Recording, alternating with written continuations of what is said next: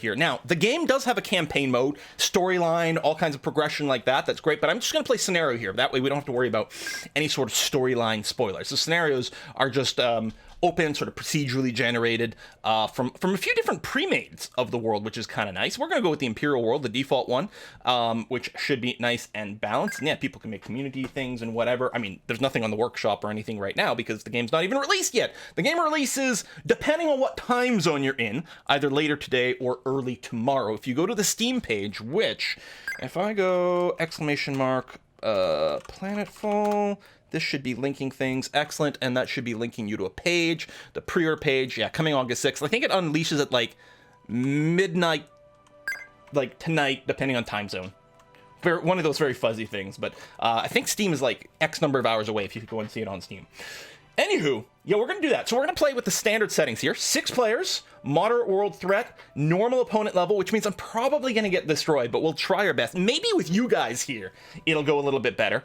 I'm going to go to advanced setup over here, because what I'm going to do is this. There's one option that's not enabled by default, and that's under game flow over here. We're going to go, turns rather. Instead of classic turns, we're going to go simultaneous turns. Simultaneous turns, I think it's not on by default because it might not be the most intuitive, because the AI, the other players, will be taking their turn at the same time as we are. And so that might be, every now and again, that might be a little like, whoa, what's going on? But it's so much faster because by the time we puny slow humans are done our turn and hit end turn, the next turn should start almost instantly, and instead of us having to wait for all the AIs to take theirs. So it's going to be so much faster, so much nicer. So yeah, we're going to go ahead and play with 6 people over here. I want to give a thank you to everyone who is subbing and resubbing right now. We'll be taking a break and doing a shout out in that just a little bit, but I want to make sure to sort of get things going on here. We're going to have 5 normal AIs and ourselves over here, the human. What's interesting is like, can we just play all AI? Is there an observer mode? We'll have to test that later. I don't know. But we're going to go ahead and select the commander. Now, there are many pre-made commanders ready to go over here of every faction with different combinations, but we're going to go ahead and make our own from scratch. So if we go ahead and hit customize over here, we've got our races. So I'm going to go and tab over now and hit the refresh button, and the winner by 1% is the Amazons. We are going to be dinosaur riding laser women. And some people in chat were saying death by snoo stew. I don't know. We'll see how it goes. Yep, we're going to do that. Clearly, we'll have to play as the Devar again. We're going to have to decide, are we going to try different people for different streams? Are we going to just finish this one? We'll have another discussion about that later on. Just for the record, the different factions. So you got the Amazons, the Devar, so thrifty race of survivalists, work hard to mine planets for all they're worth, so they're industrialists and everything like that. We get the Assembly, which are like, sort of like cyborg necromancers, something like that. Which we didn't actually get to see before when I did some earlier preview videos. The Assembly weren't ready to go. We got the Vanguard, who are actually play a lot like, if you've ever played XCOM, they'll be kind of a similar feel, right? They're armored up, they've got guns, they've got that sort of technology side of things. It's very sort of infantry and cover and Overwatch and that sort of thing. And then we got the Kirko, who are bugs that vomit acid onto people. And they're lovely. We actually played them last time we did one of these, and they're actually shockingly fun to play. They also have the ability to, like, infest people with parasites so that when you kill them, it like spawns more units for you. Very awesome. The Syndicate over here, so ruthless trading houses. I mean, they're sort of like, they're stealthy, sort of criminal empire type people. Lots of actual stealth units. They can move around and unseen on the map. I'm betting in multiplayer, these guys would be sick because the sort of tricky stuff you could do would be amazing. But the chat has spoken, the straw poll has spoken. We are going to be playing as the Amazons over here. So the bioengineering Amazons have the ability to alter life and survive harsh circumstances. Their fearsome troops have Spartan discipline and are... Hey, thanks for the bits, Kid Dragon. Fearsome troops have Spartan discipline and are experts in guerrilla tactics. Their arsenal includes genetically engineered beasts that the Amazons ride in battle. So they have access to the bioweapons group and the laser weapons group. They command genetically engineered beasts. They apparently can terraform forests and manipulate wildlife. They have an increased economy and combat ability in forests, and they have this forest affinity over here. So that's going to be kind of a priority to find, but if we actually have the ability to convert regions into forests, that will actually be supremely interesting. I haven't actually really played much with the Amazons, so I'm curious as to what they've got. Let me take a little sip here. Let's call the landing place Amazon Prime Day. The landing day, Amazon Prime Day. That's really funny. That's really funny. Every faction, when we play, we're also going to be choosing a secret technology. Now, I didn't, because I want to prioritize the faction vote, I didn't set up a straw poll for this, but we'll see what chat has to say. So there are various secret technologies you can use. The Psi-Numbra employ dark psionic powers to tear holes in reality and summon devious entities from the abyss. There's the Promethean, planetary exterminators, eradicating threats with their Pyrex fires. Big weapons of mass destruction. I have to say, the Psi-Numbra and the Promethean, I don't know, like, thematically, if they're going to fit superficially with the Amazon. But, of course, there's many factions of different things. There's a Synthesis here. Synthesis manipulates AI to their advantage, hacking and compromising systems for their own gain. The Celestians, ancient order of psionically gifted individuals that thrive to achieve inner enlightenment and create balance and harmony in the universe. They believe psionic powers comes from the stars and use this power to protect their ideals and teaching. All right. Void Tech warps the laws of physics, allowing the manipulation and teleportation of matter and energy. And then I think finally is the Zeno Plague. The Zeno Plague spreads through a highly adaptive alien parasite and can be used to create biological weapons, develop super soldiers, and evolve planetary populations. I gotta say, it's just as a superior sort of thematic sort of thing with the flavor text of the Amazon, the Zeno Plague feels like it's fairly fitting. The Celestians and the Void Tech, and of course we could be all kinds of weird things. Go Prometheans becomes lasers. I mean, hard to argue with that. Got lots of calls for Xenoplague. A lot of calls for Xenoplague. All right, I think I kind of like it. The Celestians as well. Seems to me it looks like Xenoplague is the first thing, and Celestians a little bit second. Void Tech does seem interesting. I've actually played with the Void Tech a lot, which is kind of cool. So we're gonna go Amazons with the Xenoplague. The other thing you can do is have perks. There's 4 categories. You can pick one thing. I think it's one in each one of these. Yeah, you can pick one thing in each category. There's different points cost. We start with 2 points over here. If we scroll down, there are vices, which are worth negative points. So they actually give you some points back here. And what's weird is that they're not just pure penalties. Like Kleptomaniac means we're going to generate 10 less energy every turn because we are embezzling that. But as a slight bonus, we have the swipe trait. You stole something during your training, giving you a random mod that works with your loadout.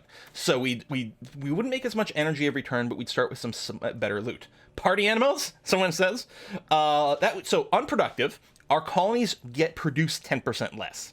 So they produce more slowly. On the other hand, we have party time. While we're in command of an army, everyone's having a good time. Units in your stat gain plus 100 morale. Having high morale means your units can crit more. Having low morale means they can fumble more. So morale's very important. A lot of people want the parties. It does suck that we don't have the production, but we'll just have to build around that to compensate. We can only pick one vice. We can only pick one, as far as I know, one thing in each category. Yeah. By the way, this blue diamond here, I have I think I have the default sort of health level turned on, and these are suggestions. The game says, oh, these would be pretty good picks. I mean, they're mostly penalties, but they have one extra perk. The 100 bonus morale is nice, but it way does not compensate for the huge penalty to production over here. So this is going to be pretty painful, but we'll see what we can do. So we now have 5 points to spend. Now, we only pick one thing in each category, so what we're going to want to do, there's no 3, so we're going to pick 2 2s and a 1 is what we're going to look for. Veteran's kind of nice. Veteran, all it does, your commander starts 3 levels. By the way, if you don't know what this game is, it's turn-based strategy game, as well as turn-based tactical combat.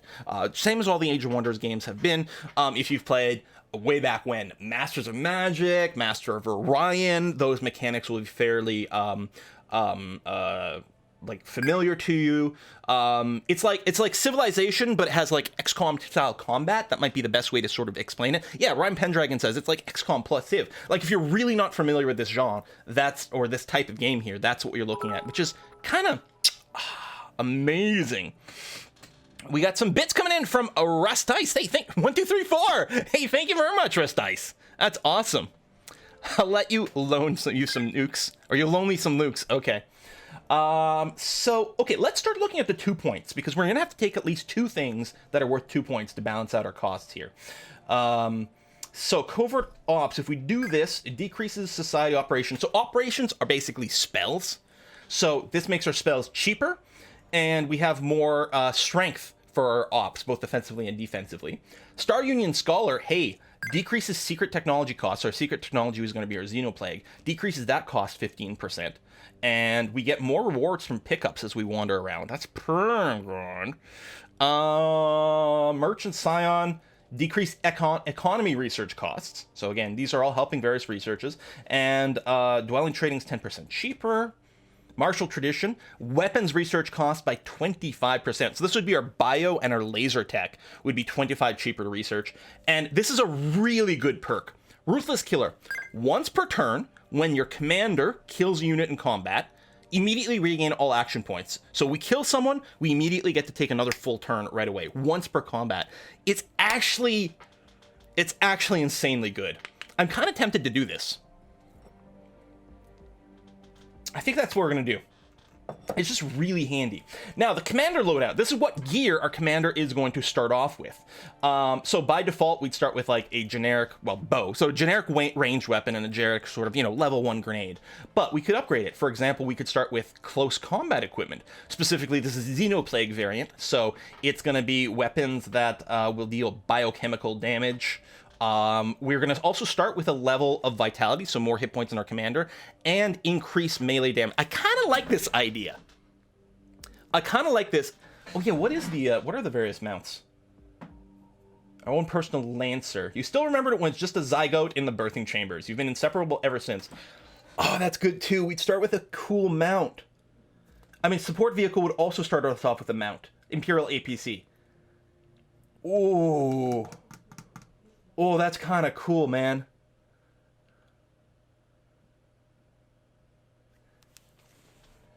All right, maybe we do that.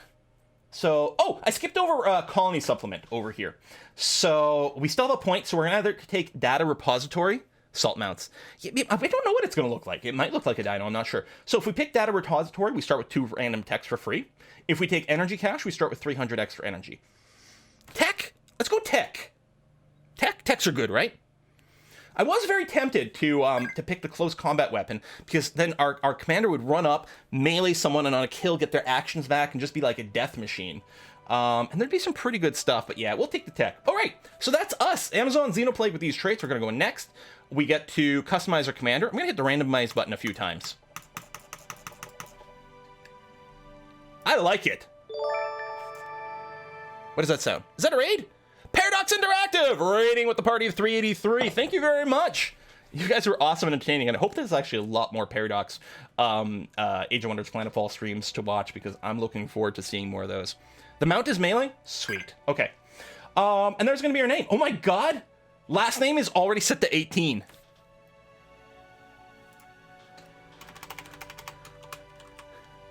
Quilliana 18. Look at that! It was made for us. Done. So we can choose our flags and everything like that. We can also save this commander so that it'll be in our list of custom commanders in the future if ever we want to play this person again. Excellent. Let's do it. Okay, we've selected our commander. We went to simultaneous turn. Should we launch the game? Let's launch it. Greetings, Amazon sister. You have used your bioengineering skills to adapt and survive on distant worlds. The collapse of the Union has freed you from ancient dogma and the slow-moving process of evolution. You have shaped your bodies, society, and environment to meet your own needs and ideals. But no... Paradox streaming again, or raiding again. May your sisterhood create a brighter future for all on this world. Swallow is on. I like that. I don't know why we're getting multi-rated again and again. I think Twitch is just being, twitchy. So let's go ahead and go in. Most likely once we go in, I'll have to move the camera and the little advertisement over there to not cover up anything important. We are ready for Planetfall. Twitch is having issues today. Twitch is just Twitch. Game volume is a bit low. That does not surprise me. We'll go and do a little adjustment over there as well. I always like to err on the side of too low so that we don't override things too much. We'll see. I like how there's tons of green smoke too. I think that's like the Zeno Plague kind of look. Green smoke? All right, let's just bring it up a scooch here. Boom. Well, I'll tell you what. I'll bring it all the way up to 50, and then you guys will let me know, and then we can tune it back down afterwards as it goes. I mean, there's hardly any sound right now, but that's okay. So our first town over here. Listen, we got to rename our cities, right? I mean, default names. This is totally unacceptable. So the question is, do we want to name them after people in chat, or do we want to come up with funny names for our cities?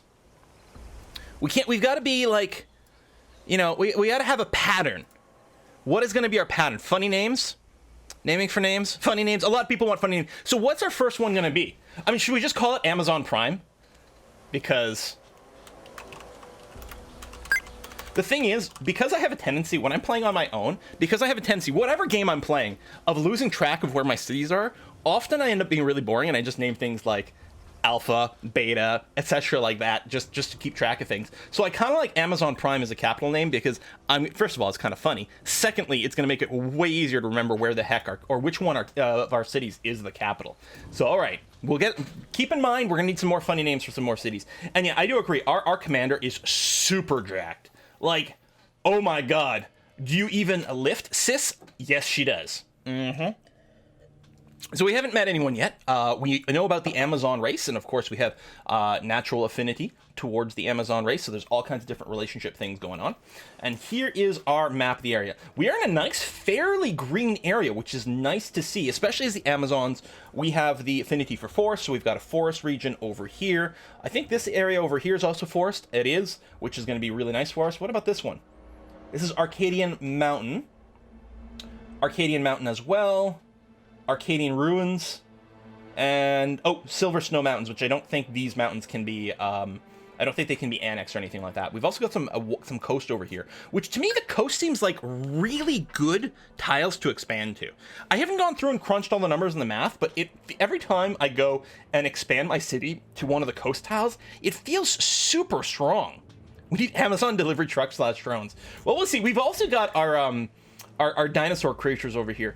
We may want to keep in mind the names of, like, the dudes and things from Land Before Time. They had really awesome names, which I kind of like. All right, so we've got two armies. We've got our army being led by a commander over here, Quilliana 18. We've also got in here, we've got a Biomancer. This is a tier 2 specialist unit. So specialists do something special. Some of the specialists are support units, but some of them are like snipers and various things like that. Everything's got tons of flavor text. I don't think we're gonna have time to sit here and read all the flavor text for everything, but I'm amazed at how much depth of content there is in here. Dvar can make mountains annexable by blowing them up. Excellent. I still have not played the Dvar. I was kind of excited at first when the Dvar were leading, but I also haven't played a lot of the Amazon, so I'm kind of pumped to see this. So you can put people to sleep, the Biomancer. You can also heal, alter DNA structure of target biological or cyborg unit to heal wounds. Okay, huge support. Tons of ability. Detailed information about the weaknesses of enemy. All units of this type become scanned until the end of the combat. -2 resistance to all damage types. Okay, that's insanely good. That's insanely good. Someone was asking earlier whether it's a way to get you some money for their Planetfall purchase. No. I don't have an affiliate link or anything like that. That's fine. I mean, I'm getting money for streaming the stream here, so that's totally okay for me. And then we have all these traits. So every unit has a massive collection of traits, and these are going to act like biological doesn't do anything by itself. Infantry doesn't do anything by itself, but tons of other things will use these keywords to give buffs and affect things and various things like that. You also have biological recovery. Oh yeah, you heal all the time. That's really nice. Okay, then we've got a trio of Huntresses. I have a feeling these are pretty much our boppy units. Yeah, they're core units. We've got our bio arrows. We've also got flash arrows here. It's sort of a, yeah, it's a grenade. It's got a range of 5, but it has a radius of 1 hex. Staggers, which is great because it cancels various defensive modes, including things like Overwatch. But there's a chance to blind as well. It looks like it doesn't do damage. Okay, the flash arrow looks like it doesn't do damage, but the blind is pretty strong. It's got forest camouflage. Now, that's interesting because our Biomancer doesn't have forest camouflage. Okay, so if we have an army that's just units with this, they can't be seen in the world as long as they're in forest hex. I'm not sure how much that'll impact tactical combat, actually. I don't know if there's forest hexes in tactical combat or not. I'm not sure.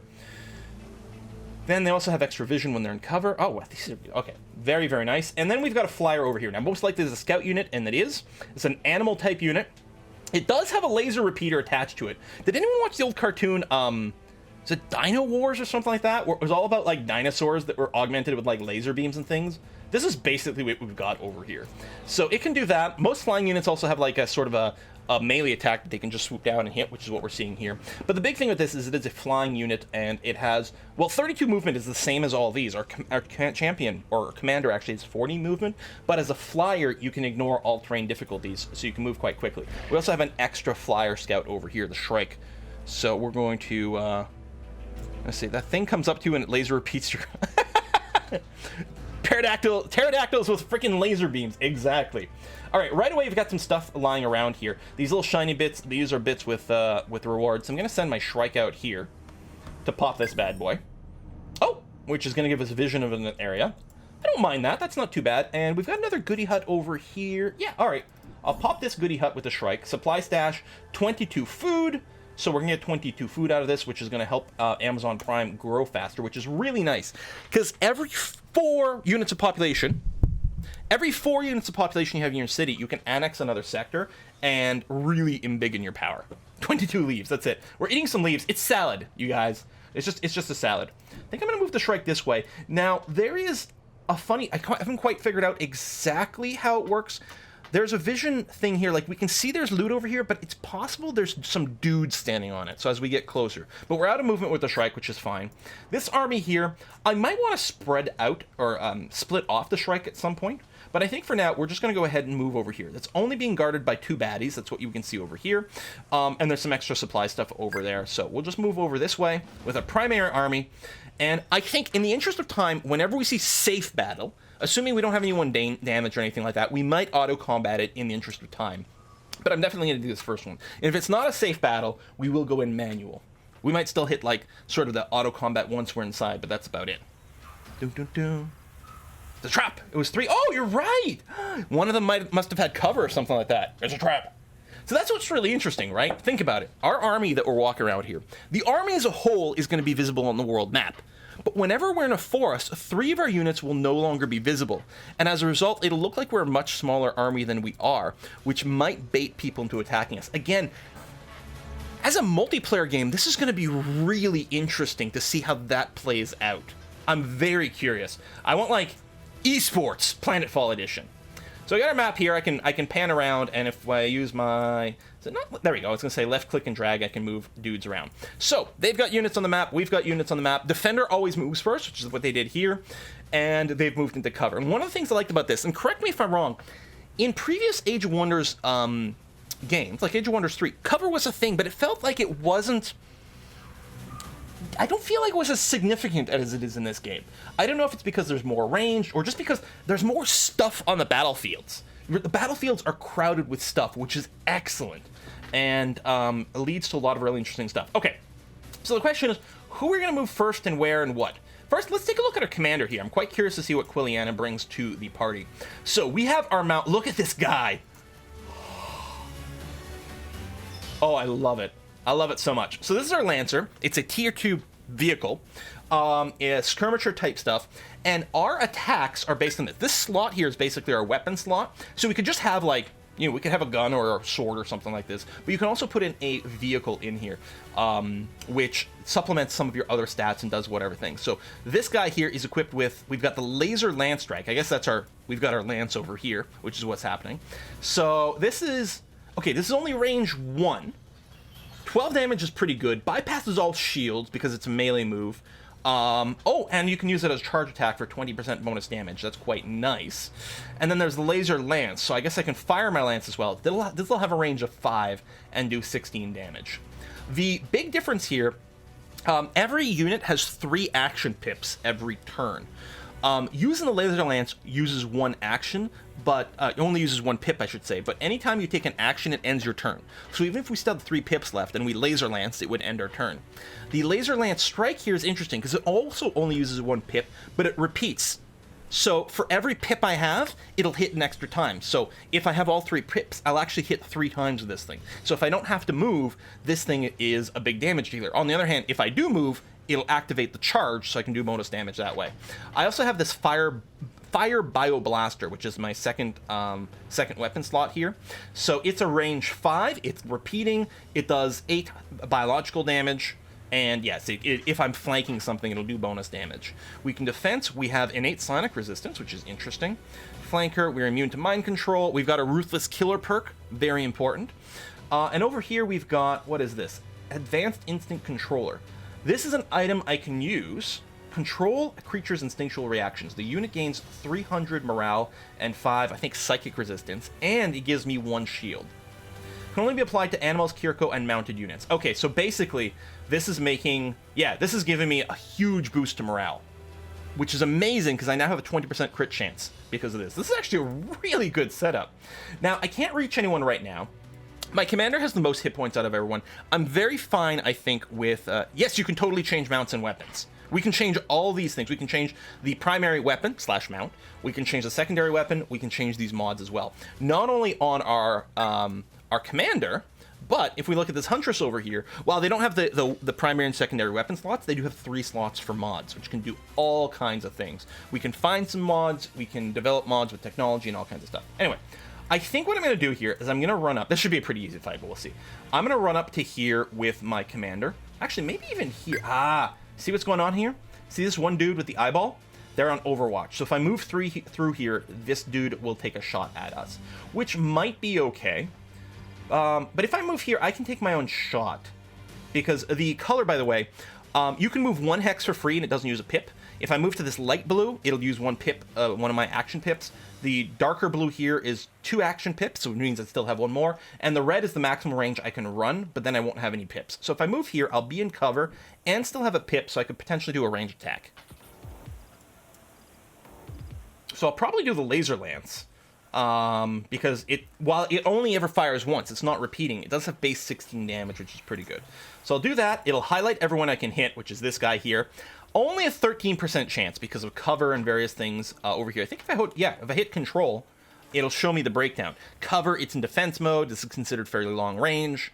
And actually, I guess I'd get shot by Overwatch if I took this. I forgot about that. You know, for 13%, it's probably not worth it. So instead, what I'm going to do is I'm going to use defense mode. You can only do this if you have an action point left over, so it's going to make us 25% harder to hit. Also, we can't be flanked while that's going on. So mostly what I'm going to do is I'm going to move up a bunch into a fair amount of cover here. I can go ahead and double move here. If I do that, I won't be able to enter defensive mode. And our Biomancer only has 35 HP. I think I'm going to be a little bit more cautious with Biomancer. We're going to move you there, and I don't think anyone's in range from these abilities, so I'll just go ahead and do this. So that's basically what we're going to do, is scrooch up. If you were playing Vanguard, by the way, it'd be kind of nice because you'd be able to like move up and then Overwatch and wait for someone to move. The question now, do I move here to be closer for next round, or do I move here so I can go into defense mode? Oh, scan has a range of 9, does it? It's too late, I already ended the turn. Oh, well, that's fine. How do we feel? I think there's only 3... I'll move here. What could possibly go wrong in before we die? So I can't use defense mode that time. The Shrike has a range of 5, and that... Now, I can't go into cover. Flying units and large units don't gain advantage of cover. So I think what I want to do is I want to just keep the Shrike a little further back for now. I'm going to avoid moving adjacent to someone. I don't know what kind of tools these guys got. They do have the flash arrow, just like me, so they can blind me. They also have grenades. It's a Vanguard unit. And they have a Biomancer as well. Yeah, so I really want to avoid getting too clumped up, I think, here. So I'm just going to move the Shrike to, like, here. Again, there's not going to be any cover. It's only 30 HP. Maybe I'll stay a little further back. There we go. It does... Oh, right, I do have an evasion mode. That's true. 50% harder to hit is actually really valuable. I don't think all flyers have that. So I'm going to move up to here. I won't be able to go into defense mode, but it'll be pretty good cover with this unit. And then the last Huntress as well. Yeah, I'll move over here. Same thing. Can't go into defensive mode, but hopefully that'll be okay. That's the end of my turn. Okay, so we got hit by the flash arrow. The stagger also breaks her defensive mode. That's a little bit unfortunate. Yeah, Spire, it seems like... Oh, I think that's the scan. How cool is that? I think one of these units had cover. Probably the Amazon. I didn't actually check to see what it was, but if this is a forest terrain, and it is, then the Amazon Huntress would have had stealth. Now, we've taken a little bit of damage on our commander. Not much. We're at 59 of 65. However, the stagger shots here have eaten 2 of my frickin' movement, or action pips. So I'm really not going to get to do much with my commander. I think it's very likely, because I can't reach anyone to melee, I might just stand still and try to laser land someone. Again, there's only one target. 5% chance. Oh yeah, because I'm blinded. Maybe I should just defend up. Tell you what, let me just cycle between everyone else and see. The heal here restores 25 HP and removes non-sonic static effects. So I think I could get rid of the blind, but I don't know if it's worth it. I can only use this heal once. Oh no, not once per combat. Oh, sorry, over here. Once per battle. I think we should save it for something a little bit more meaningful. I can scan, but all these units are different, so it's only going to work on one. Let me hold off. This Huntress over here, I'm much more interested in. I would like to... Ah, beautiful. Yeah, we have a 90% chance to hit this guy. This guy is flanked, so he would take potentially more damage, but we can see the preview. We're not going to kill anyone anyway. I'll probably just shoot there. What about the Huntress on the other side? 75%. It's not great. What we can consider doing, though, is if I move here, and you can see there's a little preview as I move around. If I move here, it'll change the green, which is good. I think this is what we might do. I'm just going to scooch up here. I'll only get 2 attacks with this Huntress, but I think that's going to be maybe for the best, especially with the flank here. We're going to go ahead and do that. There you go. Boom, boom. Very nice.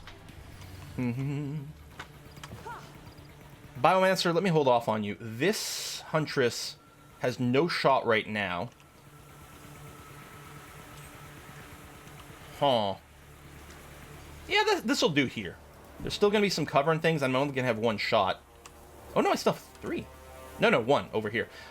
This actually might be a good place for a flash arrow. I can stagger and 80% chance to blind these guys. Okay, I like that. In fact, it might have been better to do that first. So, you over here...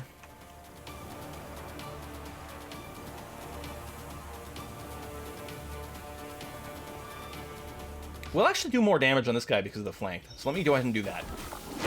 Oh, one of the shots is only a graze. So that's partial damage, which is unfortunate. I'm still going to stand still with this one and just take a shot here. If we get a crit, which maybe we have a 20% chance of doing, right? Because of our morale. Nah, we just missed. Could have worked out.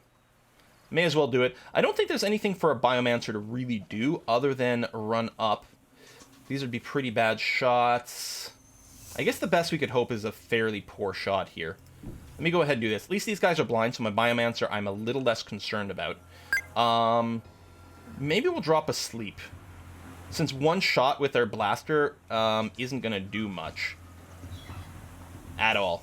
Let's try to go for a sleep. On you. 100% chance to hit, 80% chance for it to take effect. Maybe I should have slept the one that wasn't blinded, but I think this is okay. So you're blinded, you're asleep. If I run up to here, that's a pretty poor shot on that one, but I think that's the best I can hope for. So I'm going to go here with the Shrike. Yeah. That's not great. 45% chance. I mean, I guess I'll take this. Since I'm not killing anyone anyway, may as well take the best chance to hit.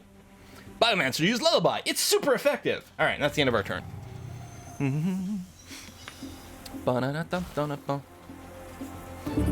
There is a replay feature, which I actually haven't used yet. I'm quite curious to see what it's going to look like, actually. All right, so our turn again. Now I think it's time for us to just rip some people apart. It would be... Are we asleep? We got put asleep by the enemy Biomancer. Oh my god. That's just rude. They're not supposed to use magic on me. Alright, let's just finish you off. Easy peasy. And yeah, we do need heals on this Huntress.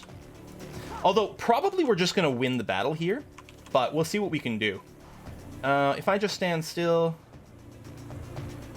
It's going to be overkill on this one. Let me do this. I don't think I could have gotten a flank. Maybe I could have if I'd wiggled around a bit. Let me come back to the Biomancer. You're going to go ahead and... No line of sight, huh? Alright, move here. We better make sure to finish these guys off so we don't die. Enemy eliminated. Let me use the Shrike right now. Yeah, you're just dead. I could do a swoop, but we'll just go ahead and finish you off that way. Oh, that's right! Red things are explodey!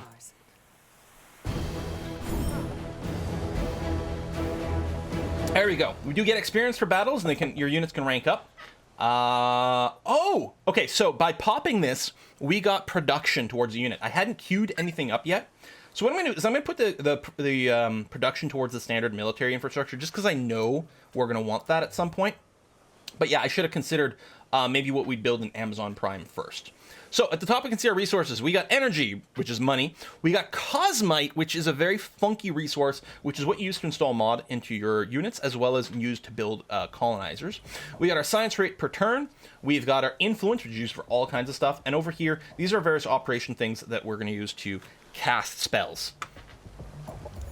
We do start, right, we picked the thing where we start with 2 free technologies. You must also monitor it. Only by carefully watching your progression, guarding against backsliding, can you achieve solid success. Tony Rubio Strong, Manpower and Machine Motivational Consulting. This guy sounds really fun.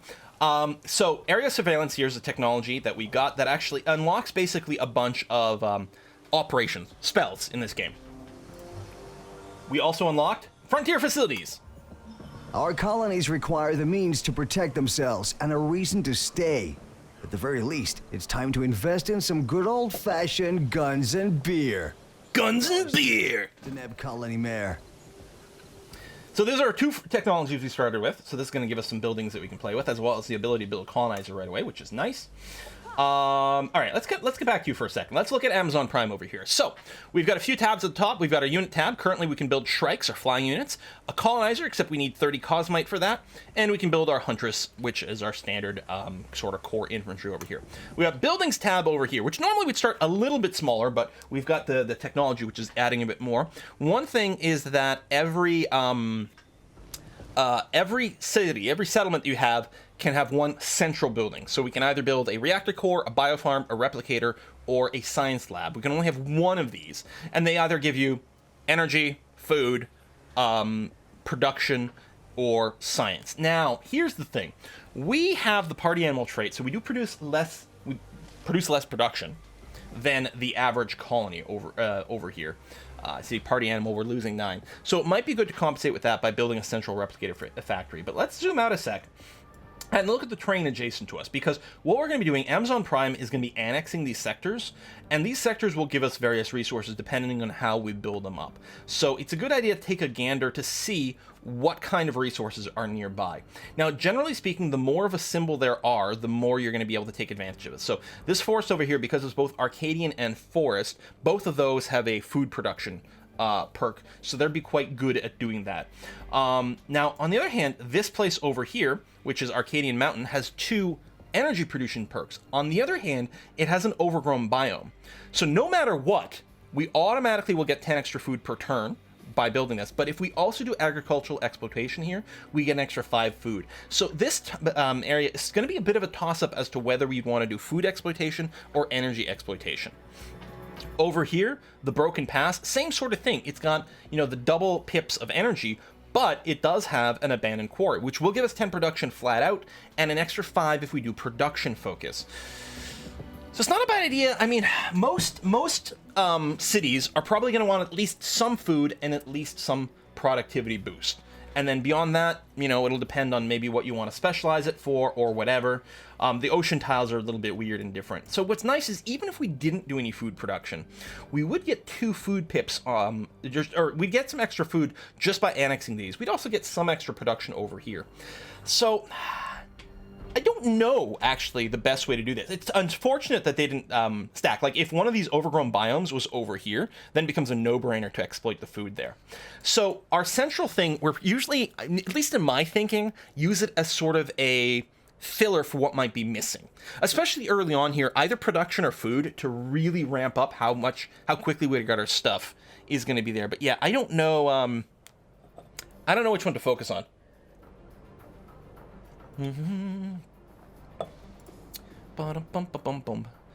Yeah, trolls.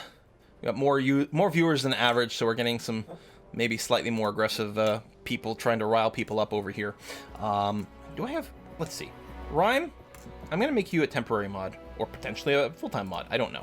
But you've been around for a million years. I'll probably grab a few others as we go here. /mod Rhyme Pendragon. And I'm going to encourage you to only timeout. Don't ban, just timeout. I'm the one who bans people.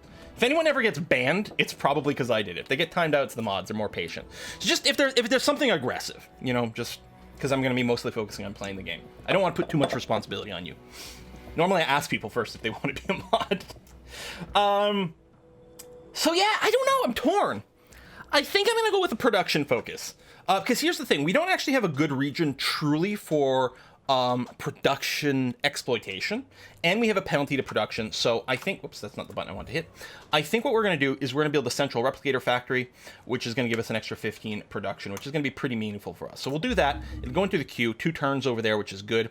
We got the free sort of improved military infrastructure from popping this thing. Military infrastructure, I think the first level does unlock some extra military buildings, but also for every level of this, you've got built-in defense in your cities. That's one of the things I really like about Planetfall here, is you don't have to keep that many defensive armies. Your cities have a built-in defense thing. Now, they won't be enough to protect you against a really dedicated invasion, but they will mostly get the job done. The laser turrets help a lot too. When this is done, ideally, yeah, in 2 turns we'll have 30 cosmite, so we should be able to build a colonizer in 2 turns, and I think we're going to want to prioritize that ASAP. So, we still have some movement on our primary army over here. What we probably want to do is we want to keep going and clearing these little, like, guarded marauder spots that are near our initial city and keep bopping them. So I'm going to go ahead and cue some movement towards this thing here. We'll try to clear that out. As far as we know, it's 2 Shrikes and a Hopper Hound, but who knows what it might end up with. We've got our objectives over here, various victory conditions that can be pursued for a huge slew of different things. You also, I think, unlock more victory conditions with the technology. It's kind of amazing.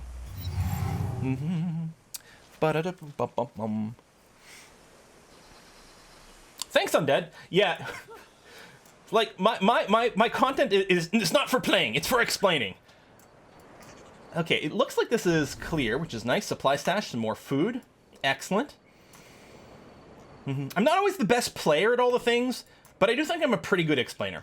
All right, we can now queue up some research. So you only assign research on the second turn of the game. We happen to start with 2 free technologies because of the perk we picked. So we're going to be queuing up both a military and society research. These happen at the same time, okay, based on your tech rate. So right now we're making 30 knowledge per turn, 30 research per turn. So for example, protective grounding over here costs 100 research, so it's going to take 4 turns to do it, and the extra science, I think, stays around and will overflow into, you know, whatever you do next. So there's sort of like, even in military, there's kind of 4 different subtrees.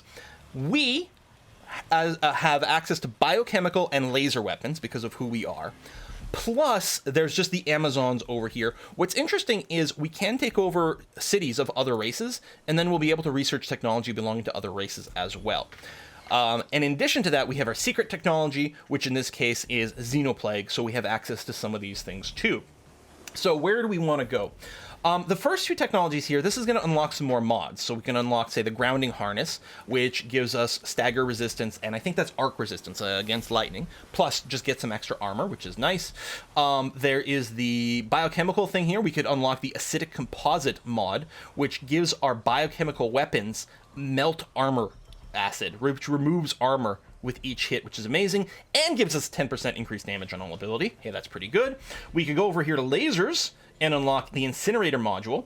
So different things. This gets applied to people who have the laser, some sort of laser ability. This can be applied to something with a biochemical ability. So we may have to tune based around there. And then down here we've got the Zeno Plague stuff, so we can unlock Alpha Strain Inception, which unlocks another mod, the Zeno Plague Parasite, where we actually start like plaguing people and do awesome things. Plus there's operations as well. So these are tactical operations. These are spells you would use in combat. So lots of different options that we can use here, and of course they lead to more stuff. If we were primarily concerned with unlocking more unit types, going down the Amazon tree would be quite nice, because we could unlock the Arborian Sentinel, or even here the Hydromancer, which I think is our boat type unit, our ship type unit, yep, and so on and so forth. Here we got a Harrier. So this is a tier 2 flying unit, pretty cool. But then down here we can also unlock some more of our Xenoplague type units, like the Destroyer over here. I don't know what to do first. So what I think I'm probably going to do is I'm going to unlock the cheapest things to get some quick mods going on. Here's the thing. Let me check. I believe our hunters, or huntresses, I believe they do, yeah, they do biochemical damage. So let's go and unlock a mod let's unlock the acidic composite mod here. So they'll be able to use this to melt armor as well as do 10% extra damage, which sounds pretty good. And then unlock the biochemical maceration operation. So we triggered on someone, it's got a 1 hex radius, and it reduces those units' biochemical resistance and has a chance of slowing them, which sounds super good for us. So we're gonna go ahead and research that. We're also gonna have to pick the society research. So we started with frontier and area surveillance unlocked for free because of our pre-game planning. Now we got to pick some more. So there's all the economic tree over here, operations tree, which mostly unlocks more operations. Now most of these, won't be tactical operations, which are in combat. They are instead going to be a lot of like strategic operations, which you do out of combat and do various things. Like the doctrines, which are permanent effects, or strategic operations, which are either one-shot effects, or some of them might continue as well. Then, yeah, and there's doctrines over here. So, Verdant Awakening, we trigger this, we get 10 extra production for every forest sector within a city's domain. I think it's going to be a high priority for us to go ahead and research it and also use it. For every Arcadian sector, we get extra food. We've got at least 2 Arcadian sectors right where we are. Both of these effects would be pretty strong. And then these are things to allow you to exploit the sectors a little bit better. I think I'm going to start by researching Verdant Awakening and prioritize getting this running so that we can get either we'll go for the production or the food. Either one of it is going to be pretty strong early on, which is very, very, very nice. And Amazon Prime has now grown to a size 4, so it can annex its first sector. So any sector adjacent to Amazon Prime, you can see the little tickies here to show us that it's possible, can be annexed and give a boost. I think what we're going to do is we're going to annex the Fossil Highlands, which actually this little diamond here means the game is kind of trying to recommend that. So we're going to do that. This stack, our standard troops are out of movement, so they can't attack. I'm just going to grab the Shrike here, which still has plenty of movement left. I'm just going to pop over here. And we're going to annex this. Takes 1 turn to do, but the Fossil Highlands will be annexed to Amazon Prime. Next day delivery! There we go. So it has not been annexed. You can see our borders have changed over here. And now we're being told that Amazon Prime has an unexploited sector. So we saw the unit production. We saw the structure production. Now here's the sector production over here. For each sector, we choose how we want to exploit that sector. So the Fossil Highlands, again, have the Arcadian and Mountain trait. So that those by themselves, unless you have keywords for like your operations, whatever, the words themselves don't mean anything. It's the things. But they both have the energy like bonus. So energy exploitation would be pretty good. On the other hand, the game is suggesting agricultural exploitation, and the reason is it's got the overgrown biodome over here, which will just give us 10 food anyway. But if we do agricultural exploitation here, we'll get an extra 5. And this is something some of the people who've been like reading the news or watching more of the Paradox streams might know. I believe the difference is, because there's 2 pips of lightning here, I think it makes it much easier for us to reach the 2nd level of exploitation. I think there's other things we can do to give us more levels available, but I think we get like more range right from the start. So we can develop the energy exploitation further. I believe, I may be lying to you. The thing is, if we go agricultural, while we may not be able to develop quite as far, we get a much better bonus early on. We can also change our mind later on and replace the sector. So I'm going to go agricultural exploitation. I think it's going to give us the biggest early game boost, which is very important to sort of start snowballing, I think. I'm sure we'll have a YouTube series of the game as well. I'm super excited for this. Super duper excited. Okay, we're going to bring this Shrike back into this army. And then what we're going to do is we're going to go ahead and attack this group. It's possible there's more than 3. We don't know. Let's cross our fingers. All right, this is a safe battle. I'm going to do manual combat one more time, but this time I'm going to show off the in-game auto combat resolver. This is a pretty easy fight, and it's really unlikely we should lose anything. It's really important not to lose units, especially early on, because you really want them to develop experience points and level up. Your commander can level up, and is the most powerful unit to do that, but every unit can level up and just get better stats. So the button right over here for auto combat, this is different from the auto resolve on the previous screen. Auto resolve just does it very, very fast, and I think there's mostly just a bunch of throwing the dice. But here, you do this, and just the AI will just control your troops the same as if you were controlling it or they were controlling the other side. So I like this because you can see the action, and at any moment you can hit this button and be like, whoa, hold on, I want to take over again. Okay, and whatever unit hasn't moved, we're going to go ahead and do that. What are the biggest improvements from Age of Wonders 3? That's really hard to say because... Oh, the Hopper Hound is leaping onto us. Dealing some damage. Because this isn't like... It's not an upgrade. It's not an iteration of Age of Wonders 3. It's so different that it doesn't map one-to-one. The thing is, though, I really like the faction, the weaponry, the modding. The modding of the units is insanely good. I think the tactical combat is stronger than Age of Wonders 3, which is hard to say because Age of Wonders 3 was really freaking good and still stands up today, of course. Hopper, what is the Stranger Things? I know, right?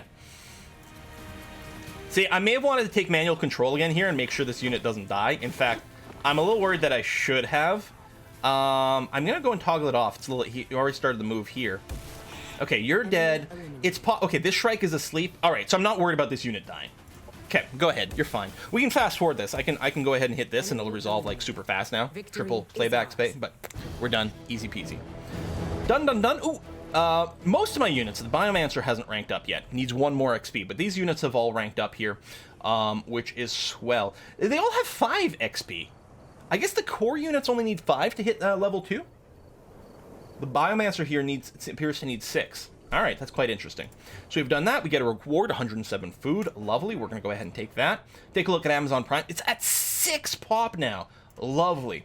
What I'm going to do is I'm going to move over to here. I don't want to attack this one yet because my units are slightly damaged. You can see this guy right over here. This girl, they're all Amazons, I suppose, is missing 11 hit points. Now, most units do heal a little bit every turn, but our Biomancer actually has a bonus here where we're going to heal even more per turn. So that's lovely. This Shrike here, its job is just to keep scooting a boot for me. All right, that is guarded over here. I mean, we're trying to see what's near us is part of it, but I'm also eager to find unguarded loot things. Each one of these yellow things is some sort of reward or something that can be explored. Most of them will be guarded, so the lone Shrike won't really be able to do a good job of detecting that, but it should be okay. We created the sector base, right? Okay, done, done, done. This is the new Dota. Oh man, if these guys want to make an auto battler based on like the Age of Wonders games, I would play the heck out of that, I'm sure. All right, so we'll keep exploring here. Go out to sea. Okay, these red ones, these are Marauders that will move around, which is kind of dangerous. These guys here are passive. They'll just sit there, which is fine. But the red ones, they'll keep sort of spawning and then go around rampaging things. So clearing them out is a pretty high value move. And there we go. We're fully healed up. Our army's power is 739. This one here is 340, unless there's some hidden items. We don't know. We've got some Kirko units over here. So we got the bug people. And there's a random scavenger. I don't know why they're getting along, but sure, we're going to do that. So this is a safe battle. I'm going to go ahead and just auto-combat this one. Bit of a gamble. There we go. But when it's safe, we shouldn't lose anyone, especially if we're coming in with a decent amount of stuff. So we've gone ahead and popped that. 175 production. That probably means that Amazon Prime will complete its job, and indeed it did. And our commander has just leveled up. So we're now level 2 commander over here. So in addition to just, I wonder if there's a place that explains... This, by the way, Imperial Archives, amazing. I wonder if there's an explanation... Yeah, I don't know if heroes get any innate stats or anything from just leveling up. And I actually don't know what bonus literally the base units get for being, say, novice or something like that. Oh, there you go. So at novice, 4 extra hit points. At veteran, another 4 extra hit points and 5% chance to hit, and so on and so forth. The heroes, I don't think, get anything by themselves, except that it gives them skill points. And these are where all your abilities come in. So Quilana 18 over here, with her very jumpy little... the Lancer, has got a huge number of different skills available. Some are sort of just stats, like Deadeye, 5% more accurate and critical hit chance. That's pretty good. And then you can choose either a bonus to melee damage or range damage. The problem with Quilana sort of has a little bit of both. I mean, her biggest source of damage will be melee, but so far it's been quite difficult for us to actually, you know, get off the melee attacks. When the battles are a little bit bigger and more significant, there's going to be more rounds, so there's going to be a lot more opportunity for her to get into melee range and do that. So we might want to consider close quarter specialist later on. Vitality, she actually already starts at 2 levels of vitality because of the picks we did at the start of the game. So those are stats for her, but then there's other stuff like Air Commander, Ground Commander, and Infantry Commander. These give boosts to her whole army. As long as she is leading the army, and she is, every unit that meets that criteria will get various bonuses. So infantry commander, all of our infantry or light ground units would deal 10% additional damage. Now the Huntresses are light ground units. The Biomancer, yes, is as well, light unit and ground obviously, but the Shrike isn't. But what we could do is we could just make sure that we could recruit another Huntress, put her in here, use the Shrike to go scouting instead, and do the infantry commander. That's not bad. Then there's other things. What if we taught a commander rapid movement? Move rapidly to confuse enemies, hero gains skitter, making them harder to hit if they move during their turn. Sounds like a pretty good trait for a melee person who might always be running ahead. Renewal is an active ability once per battle, heals someone for 30. Dang, that's really good! Yeah, the first combat with the flash arrows and everything was pretty bad for. Visual acuity, 1 extra hex of range when in cover. Maybe not meaningful. If we're gonna stay with this sort of melee beast, which seems kind of cool. I kind of like the idea of our prime commander being melee, maybe taking a lot of the hits while we have ranged people sort of supporting her. I think that's pretty good. I like that. So I don't think we're gonna make her into a ranged person. It might be good to give her rapid movement and maybe just Deadeye. I mean, no matter what she does, 5% more accuracy is pretty nice. So I think that's what I'll do. I'll spend 2 points on Deadeye and 2 points in rapid movement. More things will become available here as we get higher level and as we take certain picks, different things will unlock. So we'll spend 4 of our skill points on that. We have 1 skill point left over, but we can't actually spend that, so we're not gonna. We can go down over here to see learned. We can also see what's locked, what's not available yet. Hey, animal discipline. Animal units in the hero stack are more strictly handled, so all mounted units get 5 extra health and 200 more morale. So we need to be level 4 to do this, but maybe we can use that to plan what kind of army we want to do. So we've got that. If we can click here, we can see what items are available. So we can currently purchase in the shop some different weapons, primary ones and secondary ones. We may also, once they're purchased, we can swap them back and forth between different hero units, as well as we may have some just sitting around in the armory. We don't have that right now, but that's going to be okay. We're going to go over here. We've taken a slight amount of damage. I think I'm going to play it super safe. Well, I suppose if I'm manual, we'll do it manual here. It's only 300 power. I will manual combat. The one injured person, I'm going to make sure they don't get into too much trouble. Once you get the unit unlocked, you can use them on every hero. Skitter plus crit. Yeah, crit and accuracy and all the things. So, yeah, okay, and we've taken a slight amount of damage in this hero, but generally speaking, she's pretty tough. I could move to here and maybe blaster someone, but it's unlikely to be pretty good. I'm actually wondering about just running straight forward with Quilana here. It's probably foolish. Let's put her here. Yeah, no shot. I'll just put you in defensive mode. That's going to be okay. This is the injured Huntress, so I'm going to get you to just chill for a sec. I'm going to move you over here. And yeah, if we were playing as Paragon, all these infantry units would probably have Overwatch, which would be kind of wonderful. We got a 50-50 chance to hit once. Let's do it. Yeah, there we go. We got a graze. That's going to be okay. Biomancer, we don't need you to drop a heal on anyone yet. So most likely what we'll do is we'll just have you scooch up some. There's not a ton of cover available. I think these red things can explode. I don't know how likely the AI is to attack that. If they had a grenade attack, they might be more likely to do it. You got 41 HP. You know what? We'll move you here. That's going to be fine. I guess we could drop a scan. We didn't do that last time. Scan, catalog. We'll go ahead and scan these two. Oops. Sorry, I did that wrong. You got to right-click to trigger this. Boom. Which I should have done first before I attacked, because now it's giving them -2, -3 to all defenses. That's pretty good. I don't know if you're going to have line of sight on things over here. No, you'll have line of sight on some things. So we'll just scoot you up, and then cover. And I'll scoot you up to here, and then cover. And yeah, the flyer, I'll just, I'll move up over here, actually on top of this object, which is going to be fine, and we'll throw on evasive mode and end the turn. So it should be a pretty easy fight, but because we've got a few injuries, I'm going to manually do it and try to play kind of cautiously over here if I can. Vanguard! That's the word I'm looking for. Paragon, I think, are one of the neutral factions that you can meet. Paragon's definitely a word from this game.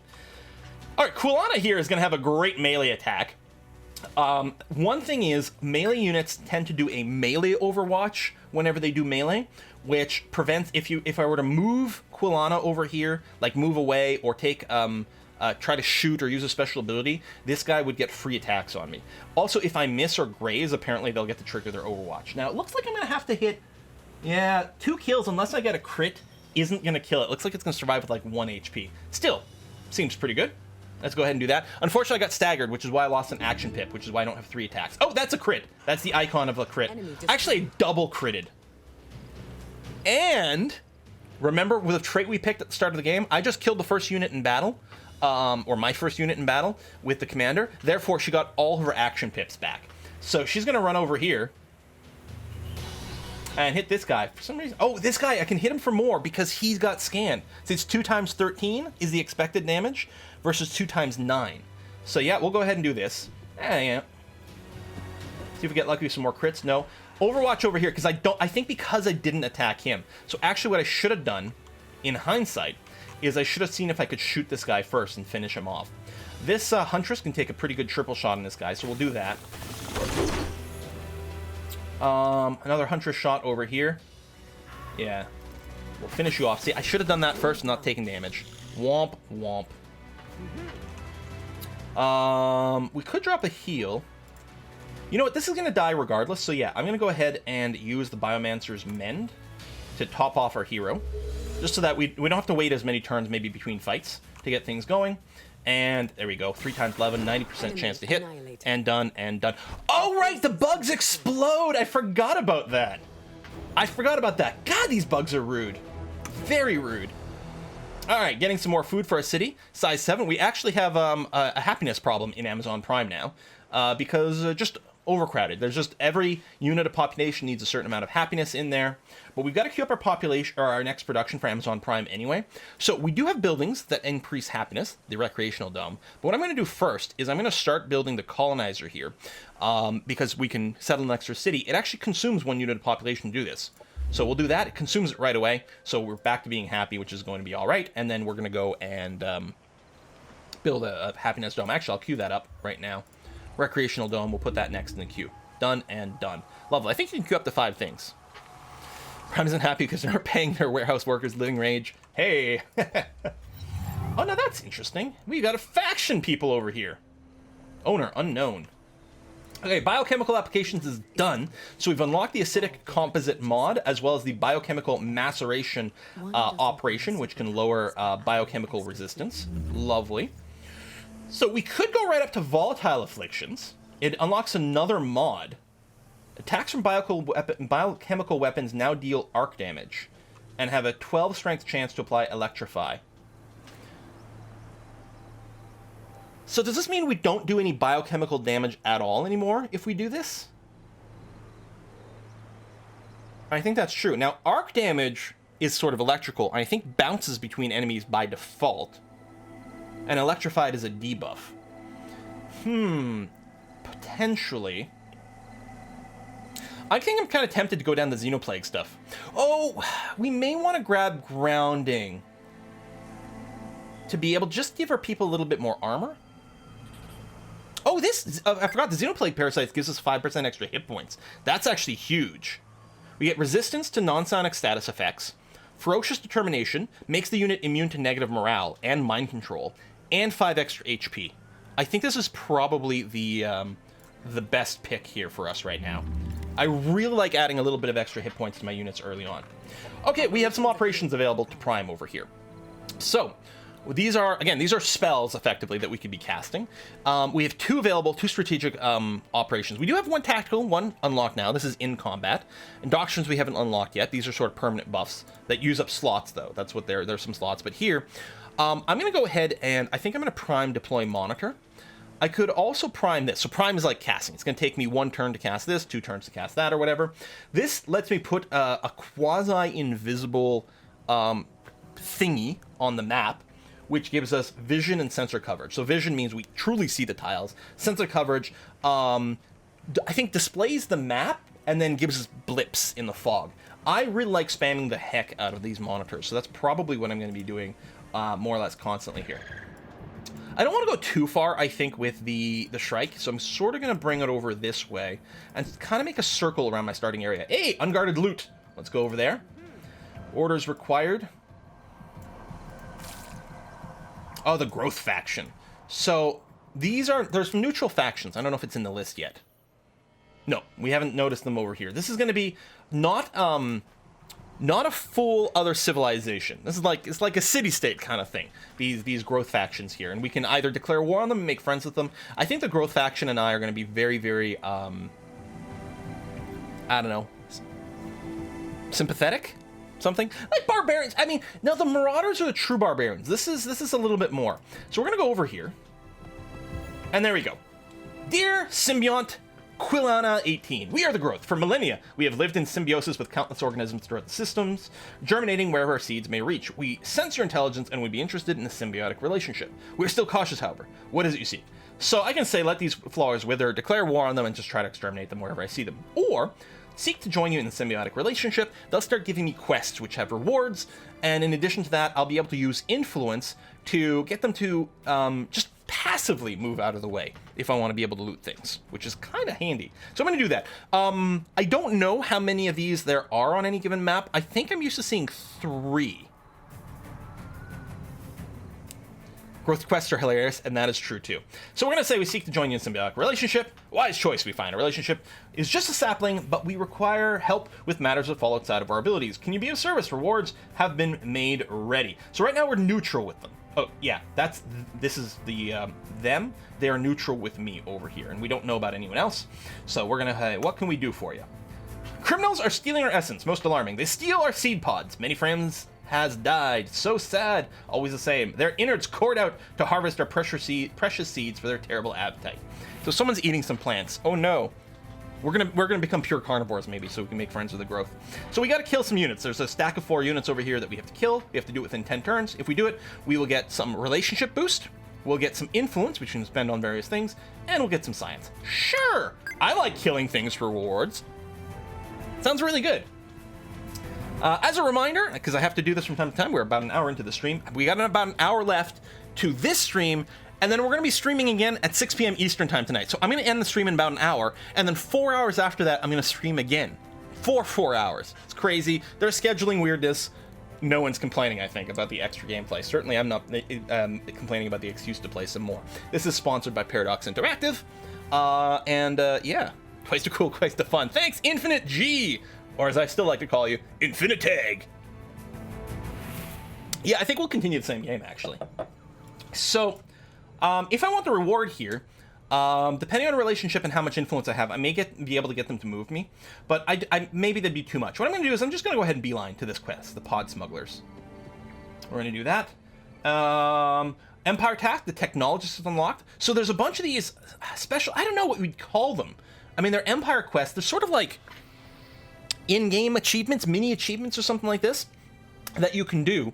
So there's various things. So we have unlocked the Technologist over here, and we have, 0 of 2 objectives met. We have to apply unit mods to 5 separate units and use 5 tactical operations in combat. Spells in combat. If we do, we will be granted the Technologist Doctrine operation, so we can activate this, which will make tactical operations 25% cheaper. If we're the first person to do it, we will get this Pioneer reward. Pioneers for being the first. Your commander receives a random hero item, which is kind of nice. What else is unlocked? The Invader over here. Declare war on an NPC faction and kill 2 armies belonging to that faction. So if we had declared war on the Growth and gone and killed 2 of their armies, we get the Invader Reward. Units gain 400 morale in battle against independent units. It's an operation we have to run. And if we were first, we'd also get a tier 1 unit or capital colony. So there's a bunch of things like this that really we should be min-maxing. As soon as we build our second colony, we are going to complete the builder over here, which again gives us an operation we can run so that our structures are cheaper. But more importantly, if we get there first, we get a free colonist, and that's huge. So there's high priority sort of little things to do. All right, I think we're all moved. I think we're all good. Boom, done. And yeah, we have our quests that we're going on over here. We've got to kill these guys. It's 1 Amazon, a couple of Vanguards, and another Amazon. Verdant Awakenings, we've just unlocked this. Okay. This is giving us 2 Doctrine operations, and I think we can run one, so we may look at that in a scooch. We could unlock more Doctrines, but we don't have that many Doctrine slots. In fact, we only have 1 slot for a Doctrine right now. We can unlock more if we go to Operation Effectiveness. We'll unlock a 2nd Doctrine slot. In addition to that, we'll gain more points for making our other types of operations, which is kind of nice. But I might go, our first sector was a food sector. I think we might go to Food Development 1. It will give us the ability to upgrade to a higher level. So it gives +1 level to all food sectors. That's nice. And it also unlocks a couple of buildings that we can build in food sectors. Seems kind of worthwhile. Getting aquatic development will be, or deployment will be handy earlier on, because this lets us build bases on water as well as expand to coastal sectors, and we're already adjacent to one. You know what? I'm actually going to grab this first, because one of the things we could consider when we build our colonist is we could consider settling in the water. I mean, I don't know if that's the right thing or not. All right, we got an item here. This convoy seems to be the site of a failed spacer raid. A skeleton in spacer apparel was found inside the wreck, still clinching the valuable item, a static bomb. So we can take the static bomb, which will be added to our arsenal, or inventory, and we could equip this on one of our heroes. It's got, over there it says tier 2, and you see the little hero helmet? So this is something only for heroes. So it's a tier 2 secondary weapon that applies static charge to people, so a bit of a grenade. That's not bad. It looks like it does 10 damage, range of 3, and does a radius. That's not too bad. Or we can just sell it for money. 21 money, that's currently about half of our turn income. I think I'll take this, so we have some item options early on here. Oh, you can't settle in water? Really? Admittedly, I haven't tried it yet. Ability to build bases on water. Yeah, I don't know.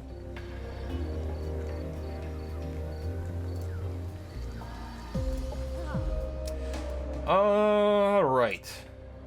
So we can probably take these guys. What's their apparent strength? 440. So we're at 780. Everyone's at full health, which is good. Out of curiosity, Quillan over here, we may want to replace her blaster with the grenade.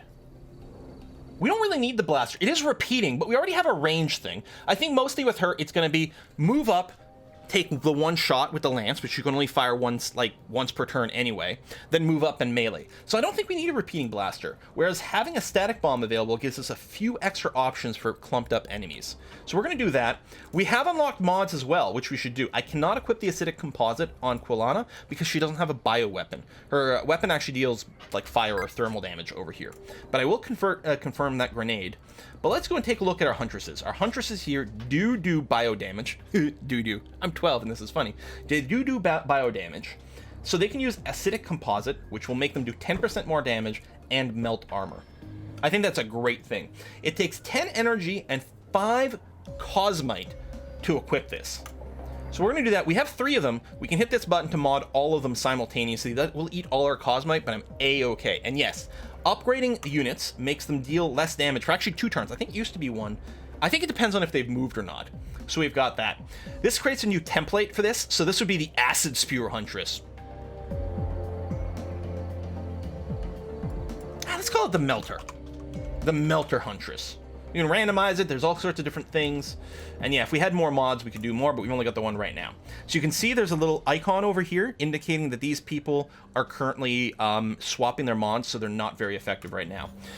There's nothing we can do for the Shrike because they are using like laser damage over here, as well as some physical damage, but that's going to be okay. So I'm just going to go ahead. I'll move up to be adjacent to this group. I don't think they'll move. I'll just go ahead and end turn. That's going to be okay. Meanwhile, this Shrike is going to scooch around here, looking for maybe undefended loot, like that one right over there, actually. My operation is ready. Deploy monitor. I can go and put it anywhere. Let's, ooh.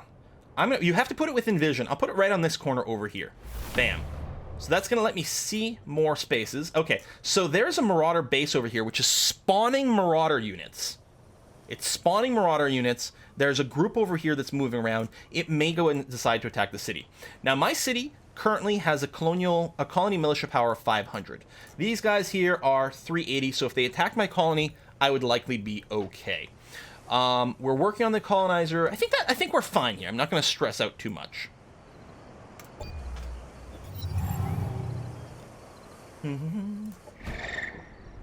All right, let's pop this bad boy. Crash research ship, free research, don't mind if I do. These guys, you can see here, they're still installing their upgraded equipment, so I'm just going to tell them, don't do anything right now, please. And this Shrike is going to continue just roaming around. Now, this here, this is a settlement with a neutral faction. Now, I don't think they would show up in the diplomacy. Like, now I can see the growth over here. But that's it. Now this thing here, this sort of dashed thing, I think if we have enough influence, we can just have them join us. If we have 60 influence, which we will in 6 more turns, math is hard. Actually, faster than that if we complete our mission. We can just pay them 60 and then this is our city. So we're gonna come back to you guys real soon now.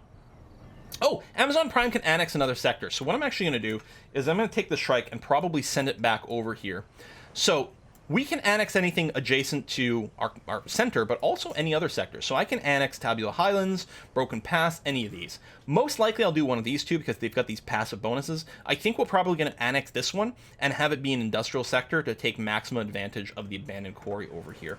So yeah, I kind of like that idea. So this Shrike, we're going to move you over to Broken Pass. So yes, you can annex a sector. That's going to be fine. What is that to the top left? Top left of my settlement? The red bit. Well, here, so there might be loot over here, if that's what I mean. The red bit, this is a Marauder army. These golden bits are potential, like, loots and explorables and things like that may or may not be guarded by neutrals. So yeah, that might be another thing. We've got unhappy people again. What I could consider doing, if I'm willing to eat the unhappiness... Now, if your city is happy, you can get positive events. They don't actually pop up on the screen. Someone else completed the emissary as a pioneer. Okay, that's fine. Happiness events can give you a boost to research or production or something for a turn. Negative events can do the opposite. So being negative happiness is is quite poor here. But we might be willing to delay it and instead build a unit or two in Amazon Prime to help shore up the defenses. The other thing we could do is we could either build improved military infrastructure, which would give me a more powerful militia. We could also upgrade our defenses with laser defense turrets, which will defend our colony that much more as well. I think we're still going to be okay at this stage of the game, or we'll just die right away. You know what? That's fine. Then we start a new game. It's going to be okay. Ah, see, these Marauders, I told you they would be coming over here. Now, they're still fine, because their strength is still 380, which is a fair bit less than 500. It should be okay. Now, what I'm going to do with this colonist, I'm going to move it away from here, and we're going to plan on... maybe I'll colonize Tabula Highlands. You can't colonize adjacent sectors, but you can colonize sectors that are adjacent to just an annex over here. There might be, better, sweeter locations for different things. Maybe we'll go with Plinth, because there'll be less overlap. But what I'm still going to do is I'm going to move you up this way, as far as possible from the Marauder army. Because, of course, the colonist by itself is not a very tough unit at all. But yeah, we'll plan on maybe having you go over there, I think. We finished the Alpha Strain Inception, so now we have access to Xenoplague Parasite. Alpha Strain can infect every living thing. Some will grow stronger, while others are afflicted and die. That uncertainty erects quarantine barriers and awakens a sickening cruelty already lodged deep in the human heart. These quotes to me are very, very Alpha Centauri. I love it. Control. Yes, Zgurssd. I cannot read your name, I'm sorry. It says, turrets are awesome during city defense. You can't control them directly, but they pack a punch and take a lot of fire. Yeah, they auto-fire at enemies, and they're pretty badass. I really like them. So, we're going to queue up a new research. Oh, yeah, it did also unlock Parasitic Strike. Takes 10 bio damage, and has a chance to infect the enemy unit with a parasite. It'll also bounce. And the parasitic infection, I believe, is the thing where after combat... has a chance of spawning some critters. There we go. Mutation Pustule. Killing enemies affected by parasitic infection can now spawn pustules under your control upon winning the combat. Yeah, we're going to research that. And we're going to start spreading our army via disease. Oh yeah, all these units are done upgrading. They've got a new icon here to show that they have cool stuff going on. And we're going to go ahead and attack these guys. So it is considered a safe battle. What's the time we're at? Okay, I'm going to just auto-combat this one. In the interest... Damn! Objective complete. I was trying to squeeze in a little bit more gameplay. Alright, no more auto combat. Not unless you be like triple their strength or something. We lost a unit that we modded and had 1 level XP. I'm just trying to play fast. Okay, we have an option here. We can either sell all these rewards for money, but we're absolutely going to take the reward for the relationship boost, the influence, and the research over here. 26 money ain't much. We finished Aquatic Development. Damn, I'm very salty now. What I think I'm going to do now, I would like to do more operations, but I think I'm going to get the food development tier over here, and then we'll probably unlock the production development, because those are the next developments we're going to do. I'm still going to run this single strike over to Broken Pass. And what I think I'm going to do with these guys, yeah, they took a lot of damage in that battle. Now, there's more to just combat than the apparent combat strength. They could have had stuff that was really good against us or something of that nature. We move the army in this direction because this is where we're moving with the colonist. Actually, I guess the colonist is moving to Plinth Plateau, but I'm going to try to group them up a little bit more so that they defend one another. The Salt. Run, ruined, restart. Exactly. Okay, so here we are. We're going to be attacked over here. We're going to definitely manual combat this. Low risk battle because we have a defensive strength. We're going to have an Arborean Sentinel. We're going to have a Biomancer, and we're going to have 2 Huntresses defending our base over here. Watch us lose. Run over. It's okay. We're playing again in 4 hours. We could start over.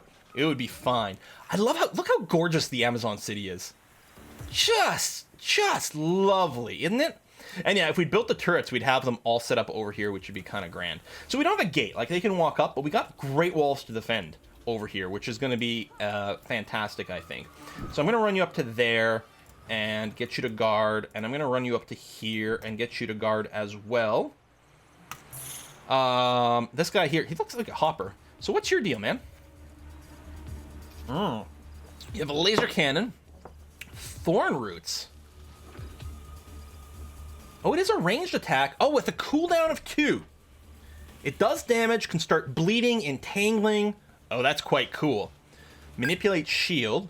So you can give shields to a unit for 3 turns. It's got a 3-turn cooldown. Defense mode, plant roots. Oh, that's a really good defense mode. Heals you and gives you defense, stagger immune, arc resistance, stagger resistance, thermal weakness. Right, because you can be set on fire. Fair enough. You're a large target, so you're easier to hit and you can't take cover, but you can provide cover for other units, which is interesting. It also has the Overwatch ability, which is kind of grand. So I think what I might do is I might put you right over here. You got 60 hit points too. You're pretty strong. I'm gonna put you over here. Yeah, I think I'm just going to put on Overwatch, so if anyone moves within range, you'll take a free shot at them.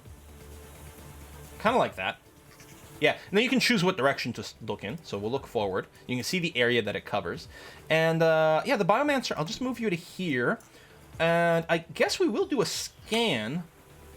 Oh, it's out of range. Never mind. We'll just go into defense mode. Okay, and that's our turn. Watch us lose the game right here. Operations available. All right. So yeah, the game releases in just a few hours on PC, and then a couple more hours after that. You can check your appropriate. There's a link if you do ! Planetfall in the chat, which should also be coming up every 20 minutes or so. There's a link there you can follow to the Paradox page, and you can check other places as well. And if you're on console, there's going to be console release as well. But I don't know what those are. I'm sorry. All right, Huntress over here has no shot. This Huntress also no shot. This guy, nothing right now. That's interesting. I thought it was highlighting. But I think we can probably run up here. Oh, that's why it was highlighting. It was highlighting as I was doing a move. I'm tempted to run up and try to entangle. Range of 7 is pretty good. I have to move up at least 1 square to entangle. And actually, I may move up only 1 square. Because it's a full action. I actually need all 3 pips to entangle. See that in the pop-up? So if I move only 1 square, I'm still going to have all 3 pips. And I'll be in range to drop an entangle here. Oh, and it's an AoE. I didn't even realize that. Ha ha ha. They both take damage. They're both entangled. What does entangle actually do? Entangled cannot move, but can still perform actions. Acceptable. Oh yeah, and these things are liquid quartz, so they're going to be doing arc damage. So it jumps to an extra unit within 2 hexes. So we do need to make sure to spread out a bit against these guys. No shot, no shot. Not really movement. Yeah, you can't Overwatch. What I could do is just move back a little. Is that not cover? Oh, yeah, it is. Okay. Move back a little with the Biomancer and presumably still be in range for the catalog here. 1, 2, 3, 4, 5, 6, 7, 8, 9. Yeah, this should work.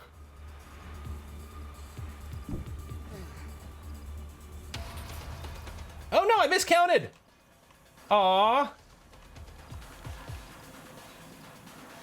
Oh, is this a... Oh! This spot here is covered from all directions. Oh, my. Okay, yeah, I misinterpreted how good that tile was. There you go. So we're going to scan you. We'll cover both. You have reduced resistance. Again, I should have done that first. You probably would have taken more damage. Oh, I am bad at this. Now, I really wish I could Overwatch these guys, but I guess they're not moving. The problem is I can't get into range to do anything. What's the range on their arc? 7. Can I? Yeah, with them select, there you go. I can see the radius. See, they can actually shoot this guy with arc, and it will go and spread over here. So I need to make sure I don't end up within 2 tiles of this if I don't want to get arc. But I can move here. I won't have cover. They could shoot me with arc, they could do different things, but I think it's still going to be okay.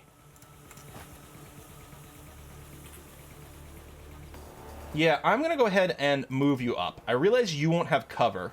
The thing is, these units can die, because they're, you know, the militia will automatically respawn after some time. Now, I'll come down here, you'll still be sort of caught up. That's going to be fine, that's going to be fine. And you're over there. Alright, let's see. There you go. See, they're only hitting one person. With the chain attacks, don't tend to do that much base damage compared to some other things. It's the spread that you got to be really careful about. Yeah, I don't like the fact that I wasn't able to put defenses on here.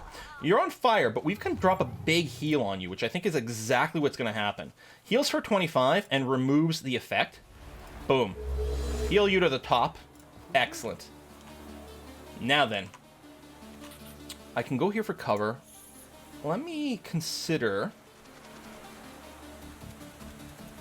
Thermal resistance, long range. I think these all have thermal resistance. I'm going to just move 1 step forward with the Sentinel so that I can still triple shot. Okay, at a 70. That's not bad. Critical hits. Nearly dead. But nearly dead is still partly alive. Alright, I'm just going to run to here for cover and finish this guy off. Shield is a free action. Enemy killed. Oh. Oh. Well, dang, these units are a heck of a lot better than I thought. Alright, I can move to here, get a YOLO attack, and cover. Yeah, that'll do.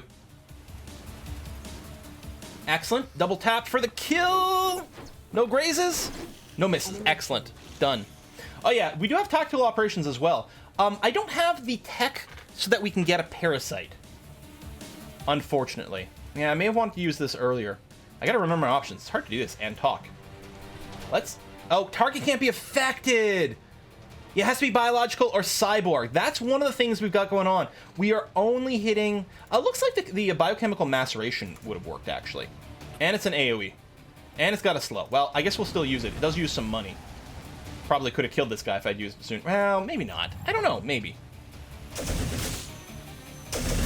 I don't know if it's possible to mod the city units. No, I'm not sure. I'm betting the answer to that is no. Anyway, despite the fact that we did not do this combat as optimally as we could, we got away pretty well here. Yeah, it does cost money, but, you know, just a little bit of money. We're up to 72 right now. We will go through a period where our money per turn goes up and up and up and up and up, and then as we start building more units, it's going to go down and down and down and down, down, possibly into the negatives, especially if we're in a serious war. So the colony militia does take damage, can be killed, and then I think it takes a certain amount of time for it to be rebuilt automatically. All right, colonists, yeah, I still like the idea of colonizing over here. Oh, radioactive terrain over here to clean out. Good, really good food tile here. Although these are cities we all may also be able to take over. Yeah, we're going to run to there. I'm going to go ahead and just stand on top of this. We'll merge up with the colonists. That's going to be fine. The Shrike over here, right, your job is to come to Broken Pass, and we're going to annex this province for Amazon Prime. And then you can go back to exploring around, I guess. Here, we'll see what's down here. Set production for Amazon Prime. Okay. It's got a little bit of happy now, which is great. We can't build another colonizer because I don't have enough Cosmite. It might be worth putting down some of these defenses, but I'm actually thinking I might want to just start producing more army. Now you can see I can build a regular Huntress or a Melter Huntress. The Melter Huntress will take Cosmite to do, but does come with that module. We can hit, if we hit manage here, or at any time we want, we can just hit this little thing over here. We can see all our units. We can hide our variants as well, if we want. We can modify them, we can do different things like that. Let's actually do a quick little modify, because I did unlock, yes, the Zeno Plague Parasite. So I'm going to go ahead, we're going to, I think I'm going to modify my current ones to have the Parasite. The extra hit points is going to be amazing. I would like to colonize again pretty soon, but it looks like there might be a couple of settlements we can just take over. So I'm going to go ahead and do that. Contaminated is a good name. So we still have Melter. We've got this. Well, we're going to mod our existing ones. You can see the old Melter still in lists. I'm just going to go ahead and hide those over here. We can also remove it, but for now, I'll just hide it. So if I go back to Amazon Prime, there's the Huntress. It takes 10 Cosmite to do, and of course, I just spent some modding our existing people. I think I'm going to start making just some regular Huntresses. At some point soon, we should get another hero offering to join us, and it would be nice to have a second army running around. Yeah, the Cosmite resource is interesting and is one of the most significant resources there is. So I'm going to queue up at least 3 here. Plus, it'll be good to maybe just have some extra passive defense around the city until we get a hero. So we'll end turn. Growth Faction, they have another mission for us. Leave us alone. A strangely likable traveling man of diminutive stature told us that you could invent the technology to create a pest repellent device. He said that most creatures do not like ultrasonic sounds. We want this device to protect our mother nodes. Please provide them. So this is actually a research mission. We have to do 91 points of research to complete this quest. If we accept, it'll automatically start researching this instead of... I don't know if it replaces the military, the society, or both. Actually, I'm not exactly sure. But yeah, 3 turns. I think this is going to be fine to do. The reward will be, again, more faction growth, more influence, and it'll give us a worker bee. It's only a tier 1 unit, but hey, a free unit for research. It's bees! We're covered in bees. That seems fine. And we do get a hero 1 to join us. These could be heroes from various different factions, different levels and everything like that. This is an Amazon level 1 unit here. 100 energy to recruit it. Absolutely. Want another unit for sure. So, Yaria here looks very cool with this bow. So you came in with a tier 2 bow. Okay, range 5, 9 bio damage, and a chance to poison. It's a fairly low strength poison attack. So it's fairly easy to resist, but it can apply poison, which is good. We could replace things. If we had, if this person had the piloting skill, we could actually purchase another Lancer. But yeah, we'll keep it with that. What is your second weapon? Tier 2 second blaster. That's okay. We can give you some mods.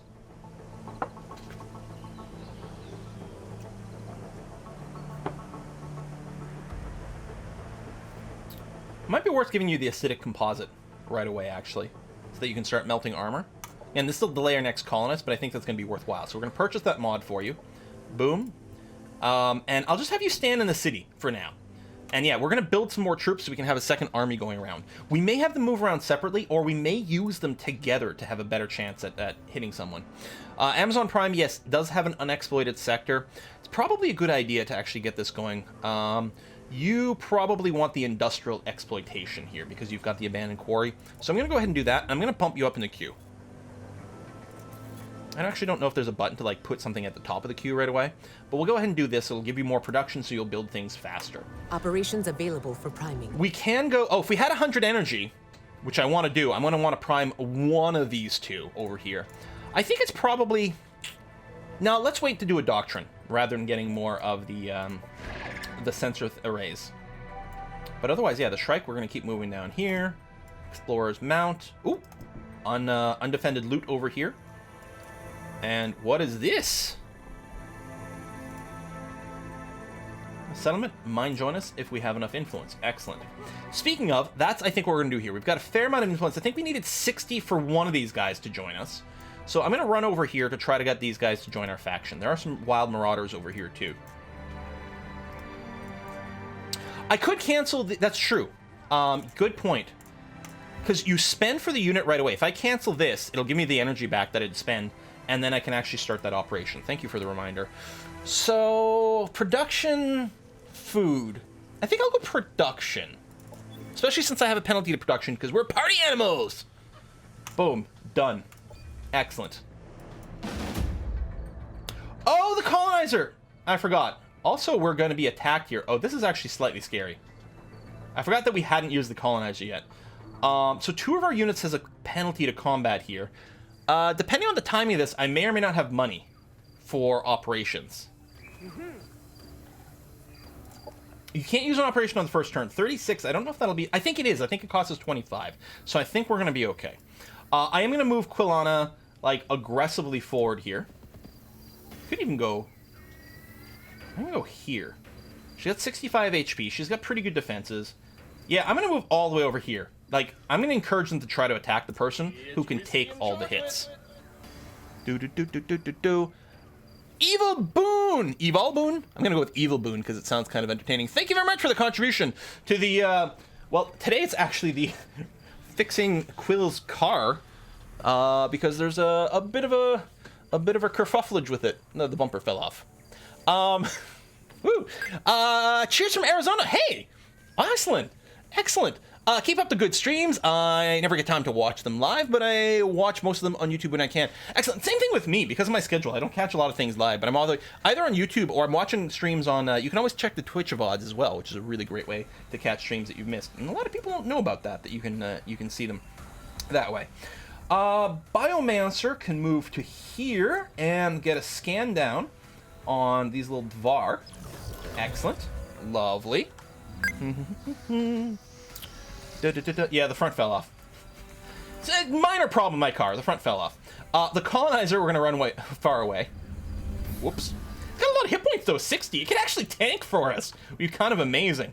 And yeah, these guys have a debuff as a result of... they are actually being redone here, which isn't ideal. I'll move you up to here and just put you in defense mode. You're going to move up to here and then go into evasive mode. And... oh, is there no cover over there, really? That's not really cover from a good angle. You won't be able to defense mode, but I will move you up here. You're actually... oh, you are slightly damaged, too. Maybe I really shouldn't have done that. Double whoops. So they're motivated. Okay. Sure, that's fine. That's more coffee.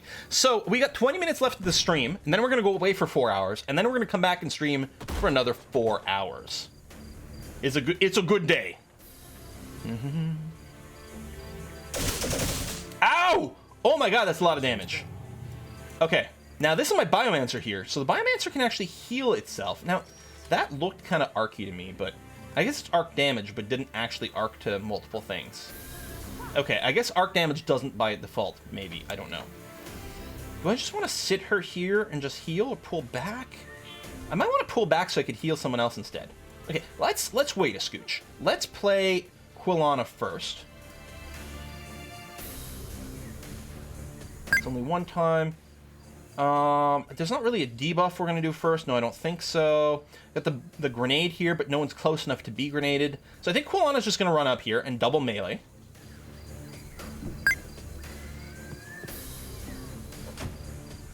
I like this person builds their own cover. It's a really cool ability here. The Technician, yeah, entrench. Digs in, creating a trench around it that lasts until the end of combat and provides cover. We really have to play as Dvar once, because I'm really curious to see how it feels like to play them. Colonizer, yeah, you're just still gonna sit way over there. There's an escape mode over here too, but that's okay. We don't need to run away. We got this. If I do this, I'll still have 2 attacks. I'll be able to take 2 shots in this guy and probably finish him off. Okay, that feels like the thing to do here. 95% chance. Not very high damage. That's because we're restructuring our weapons, which is not great. You guys are out of range. What do I want to do with you? It's kind of annoying because I can't move very much here. I think I'm going to do is I'm just going to pull back with the Biomancer and then heal this unit here. I suppose I could have done a sleep, but I think this is going to be okay. Just top you off. Yeah, I think I'm relatively okay with that. That also gives us a few more options. I still can't shoot there. I can shoot from here. I won't have cover. Alright. Shrike. I won't be able to get in to do a swoop. But I can go here and take a double shot. Alright, let's do that. If I lose a Shrike, I'm really not too bothered. Flank, that is more damage, but a low chance to hit. So we'll go and double tap you. I'd have cover, but not be able to do anything. Yeah, I'm going to move here and double shot there. Again, I know you're not going to die. Oh, we have operations. That's right. Parasitic Strike. Still won't kill you. Dang. And we can't hit 2 people with a maceration. So we'll just do this and have to call that good enough.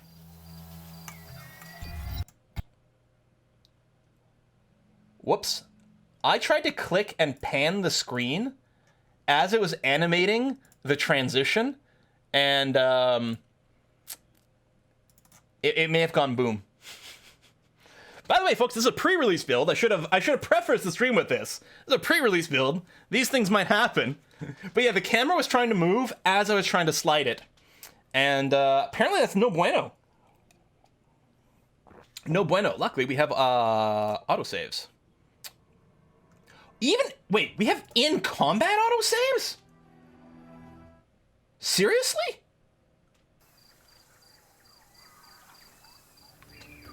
I didn't know that. That's amazing. All right, it's back to the first round of combat, but that's okay. Holy cow. All right, I think we're basically gonna do the same thing. Kulana's gonna move way up here. We're gonna move the Huntresses to here, but not go into defense mode, which I think I'm okay with. The Biomancer, I don't know, we might change our mind about where to position you, although I'm still kind of okay with you taking the hits. I'm gonna move maybe a little bit more aggressively with the Flyer.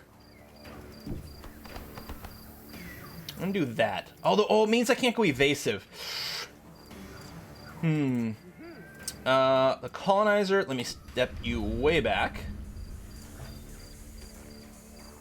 Do we want to move over here or anything like that? No. I think the thing is still to do what we did before. Move up here.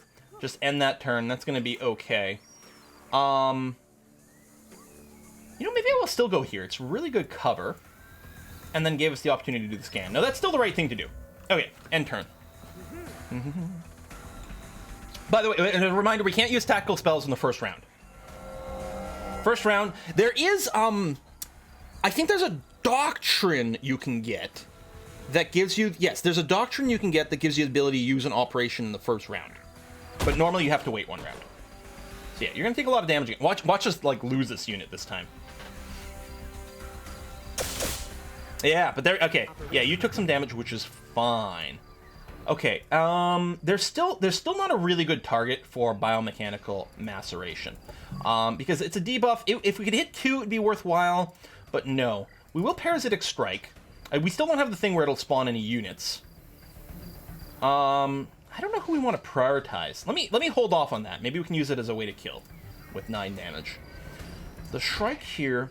What I can do is I can move on top of you and then do a swoop. 12 damage, stagger, bleed. Now if I do this and do that, yeah, it'll move and then swoop for 12. Or I can triple attack. That's only 50%, see?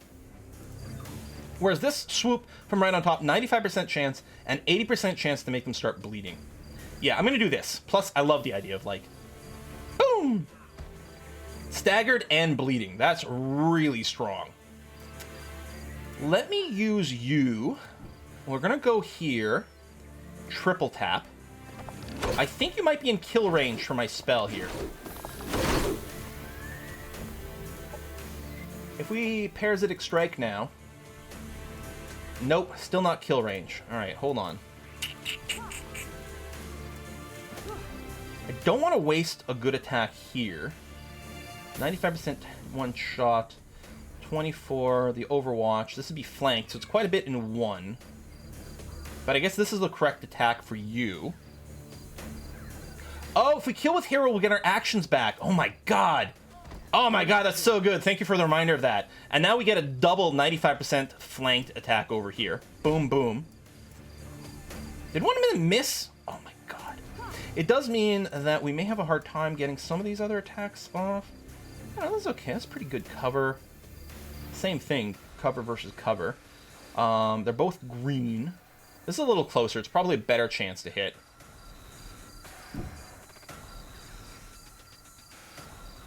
Only 80% chance over here. Yeah, damage is going to be roughly the same, so we'll do that. No one needs a heal yet. If I move over here, no. If I move over here, I can get a really bad attack. You can see it in red here. Or here, but I've taken some damage. What if I just move forward and then heal myself? Or put to sleep. Maybe I'll move forward and put you to sleep. 99% chance. Good night. So I'm still not feeling the need to do an operation right now. Colonizer, you chill. And we just save our money because we can't get a kill off. That sleep ability is so strong. 10 damage, staggered, concussion. It's over. I have the high ground. And flanked.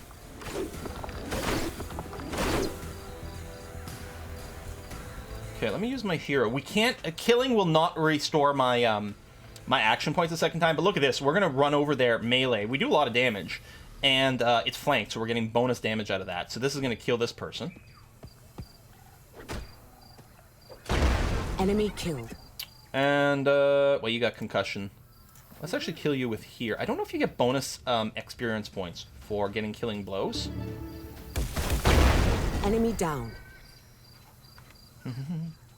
Victory is ours. It says once per... I thought it was once per combat. Let's check. Wait, did I get the AP back there? Hold on. Ruthless Killer. Once per turn? Wait, what? This is stupid. Oh my god. Yeah, okay. Yes, my bad. Wow. There's a pustule mutation, so we can start making units now with parasitic infection. Which is going to be great. And then we can get better ones. These, I think, are ops. This is another one. 20%. Target army suffers damage, and all units have parasitic infection for 1 turn. So you do this on the world map, and, like, how insane is that? And then over here, we got better mutations. Killing enemies involving parasitic infection can now evolve pustules under control to destroyers upon winning combat. Yeah, I think we're going to get this so that we can do world map operations. They take 20% damage from their max, and then they all become infected as well, which is gorgeous. All right, let's do this. Let's turn over here to there. Found a colony. Thank you very much. And yeah, we should actually start making some forward bases, although it takes influence to do that. And I want to hold up. I wonder if with 60 influence, because I get these guys? Oh, they only need 45. Oh, because they're Amazons. Yes. There you go. Just like that. Boom.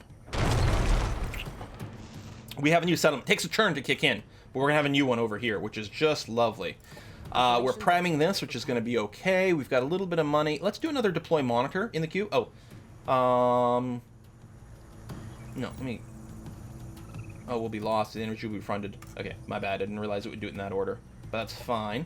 Someone else has completed the builder. Someone else got their second colony before we did. Womp womp. Yeah, the built-in militia is huge, I think.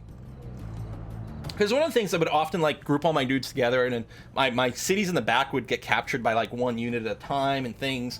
I mean, a real army is still going to take any city out, you know, ignoring the militia.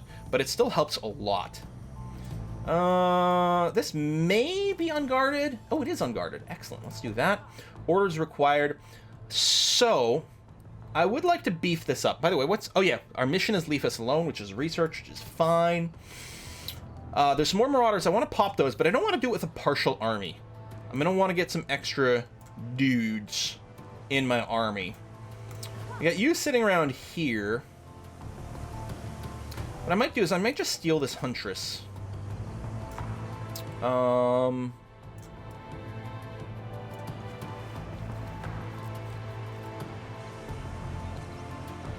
sure there's dudettes. For me, dude is like gender neutral. Same with guys. Like dudes and guys. To me, it's just gender neutral at this point. At least the way I use it. That's not the same for everyone, though, so I totally get it. At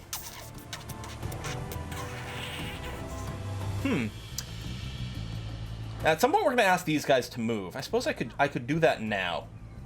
Yeah, let's move towards here. We'll just get them to move out of here. And then, yeah, I'll get this Huntress to move in this direction as well. And that's going to be okay. So, Crossario. Okay, we need a new name for a city. So we're in Amazons. We're doing Zeno Plague. We're very plant-friendly. We need a city name kind of idea. First thing I'm going to do... Well, first I'm going to zoom out what we may expand to. There's good food. There's good food. There's this. This is sort of a miscellaneous district. I think what we need is a central production center here to boost our productivity, especially to counter the thing. Poison Ivy. Ooh, I like that. Vancouver. Monsanto. Amazon Echo. That's really funny. Snoo. I like Poison Ivy. Let's do it.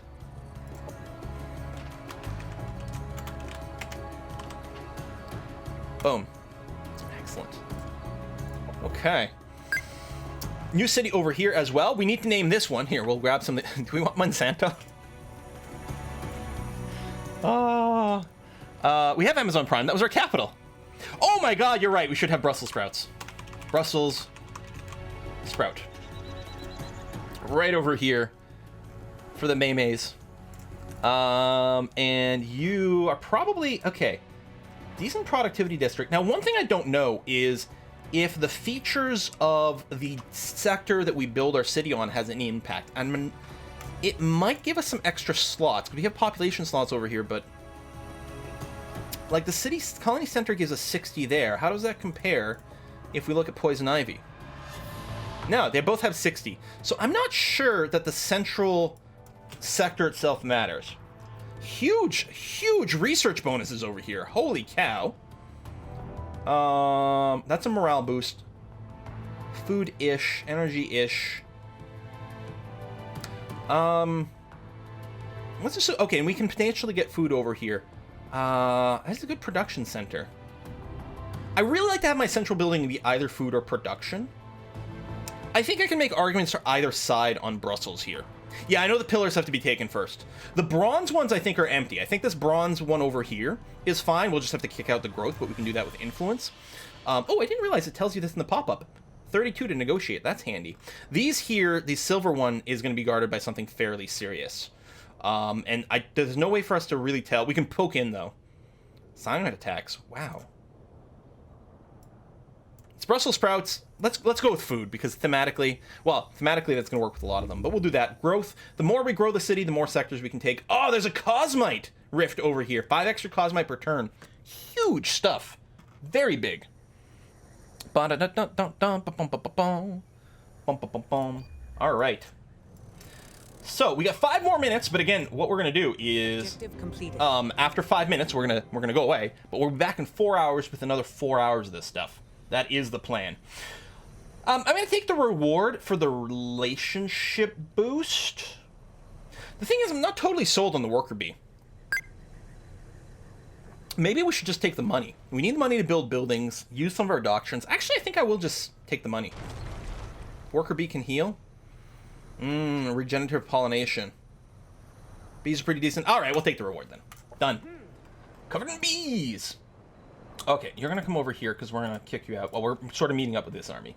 Hey, would you just please leave? Thanks, bro. Excellent. And yeah, we'll take that reward. Very nice. A little bit of money, production, science. We'll just go ahead and group up with here. And you are... Oh, right. We've got a bit of a reward here. Some productivity. Excellent. Nearest colony. So that's Brussels sprout. Just got a huge boost to its production on that next building. We got our bees over here. So we'll go ahead and just merge up with this army. And Amazon Prime, we're probably still waiting for some more troops here before we send out our leader. I mean, we can pair them up right now, but it's not like there's that many hard targets right now. It might be worth... We have to be worried about running into a Marauder, but otherwise it might be worth going out and just exploring a little and seeing what we can see. Let's come down here. All right. And one more turn. One more turn.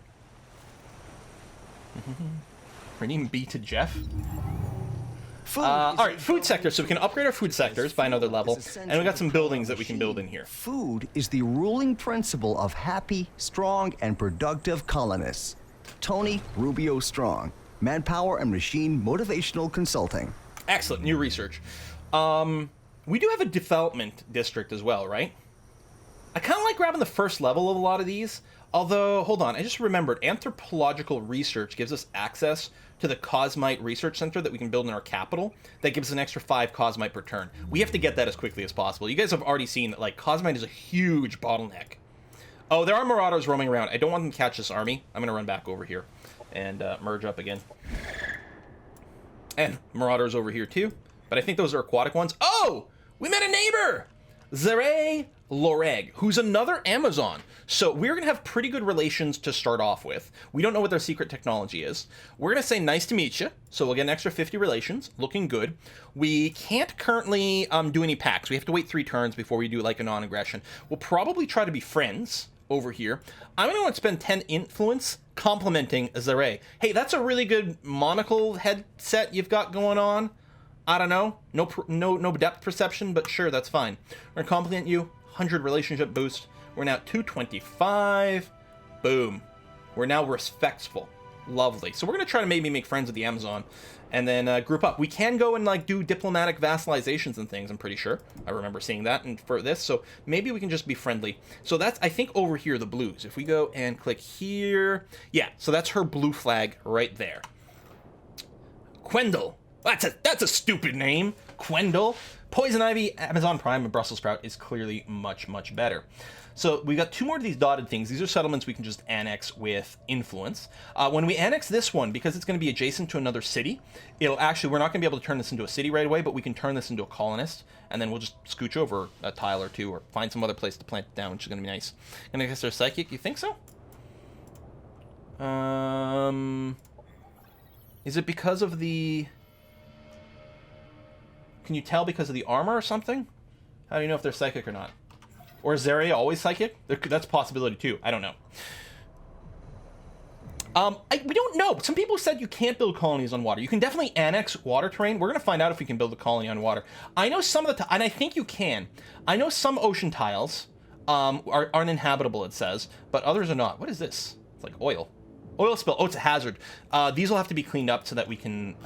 otherwise, we're going to get penalty to colonies, but that's going to be okay. So probably what we want to do is we want to come over here, and when we get influence, we're going to go and do that. Amazon Prime is done constructing. Right, we built a few military units. Amazon Prime, do we want to just keep building Huntresses? Or I'm wondering, it may be worthwhile. I do want to build up a second army, but we might want to get the Skirmisher Barracks, which allow us to build Amazon Lancers. So Lancer is basically the thing that... my hero, Quilania, whatever my name is riding this. But these are just non-hero Lancer type units. They're going to be fairly similar. So we can unlock that. The Specialist Training Center will allow us to build Biomancers. Now, if the bee can heal, that's not necessarily a priority. But maybe, yeah, the Skirmisher Barracks, then build a couple of Skirmishers. Skirmishers tend to be high damage units. I think I kind of like that. I think we're going to do that. And then what? We'll probably queue up a couple of... things. Maybe we'll get 1 more Huntress. I kind of like that. 1 more Huntress, and then maybe 2 of the Lancers. And then we can send these guys out. I think that'll be true.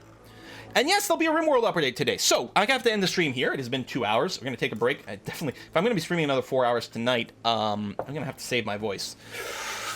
Tonight's stream may have to be a little quieter. I don't know. We'll see how it goes. I will be making a RimWorld video live on the channel now, as soon as we end. Thank you very much, everyone who came out to watch. Really, really, really appreciate it. I want to give a shout out right now to everyone who's resubbed during the stream. We got Nerdy Chick coming in at 30 months, 2 Chaos at 6 months, Baylung at 26, Silas at 58 months, closing in on 5 years indeed. Drake Meyer at 3 months. We got Pepperstep at 29 months. Exclusive Muppet. That is a great name. With a Prime resub at 9 months. A little Twitch, baby. Aw. Adragar coming in at 12 months. A 1-year Twitch anniversary. The Villain, 76 at 3 months. Umai900 at 13 months. PJ Hall at 4 months. Arandor at 29 months. Gagoofer at 7 months. Prime 7 at 19 months total. Wake coming in at 31 months. 5 more months, and then I'll have 18 times 2. Yeah, that's cool, man. Klingzor coming in at 45 months, Sparrowhawk at 31 months, Crispy Goth at 47, Lee Man at 16, Ziddy at 2 months, Roger at 20 months, RX210 at 44 months, Juan Lynch at 54 months in a row, Damon Works at 2 months, Supernova, who's gifting subs. Oh, thank you very much, Supernova. Was gifted a sub. That's what it was. Sorry, I'm doing this wrong. Where I have the sub gifting notifications in another window. I'm just scrolling to try to find the list. This is a terrible interface. Okay, it's Cool Man gifting out some subs. Okay, no, hold on. Supernova gifted a sub. Willems gifted a sub. Okay, I was wrong here. Cool Man gifted a bunch of subs. Oh, that was 2 days ago, though. Thank you very much, everyone. I'm going to see you guys in 4 hours. We're going to play more of this. We're going to continue this game then. And hopefully our Amazons can just take over the world. It's going to be awesome. See you in a few. Bye-bye.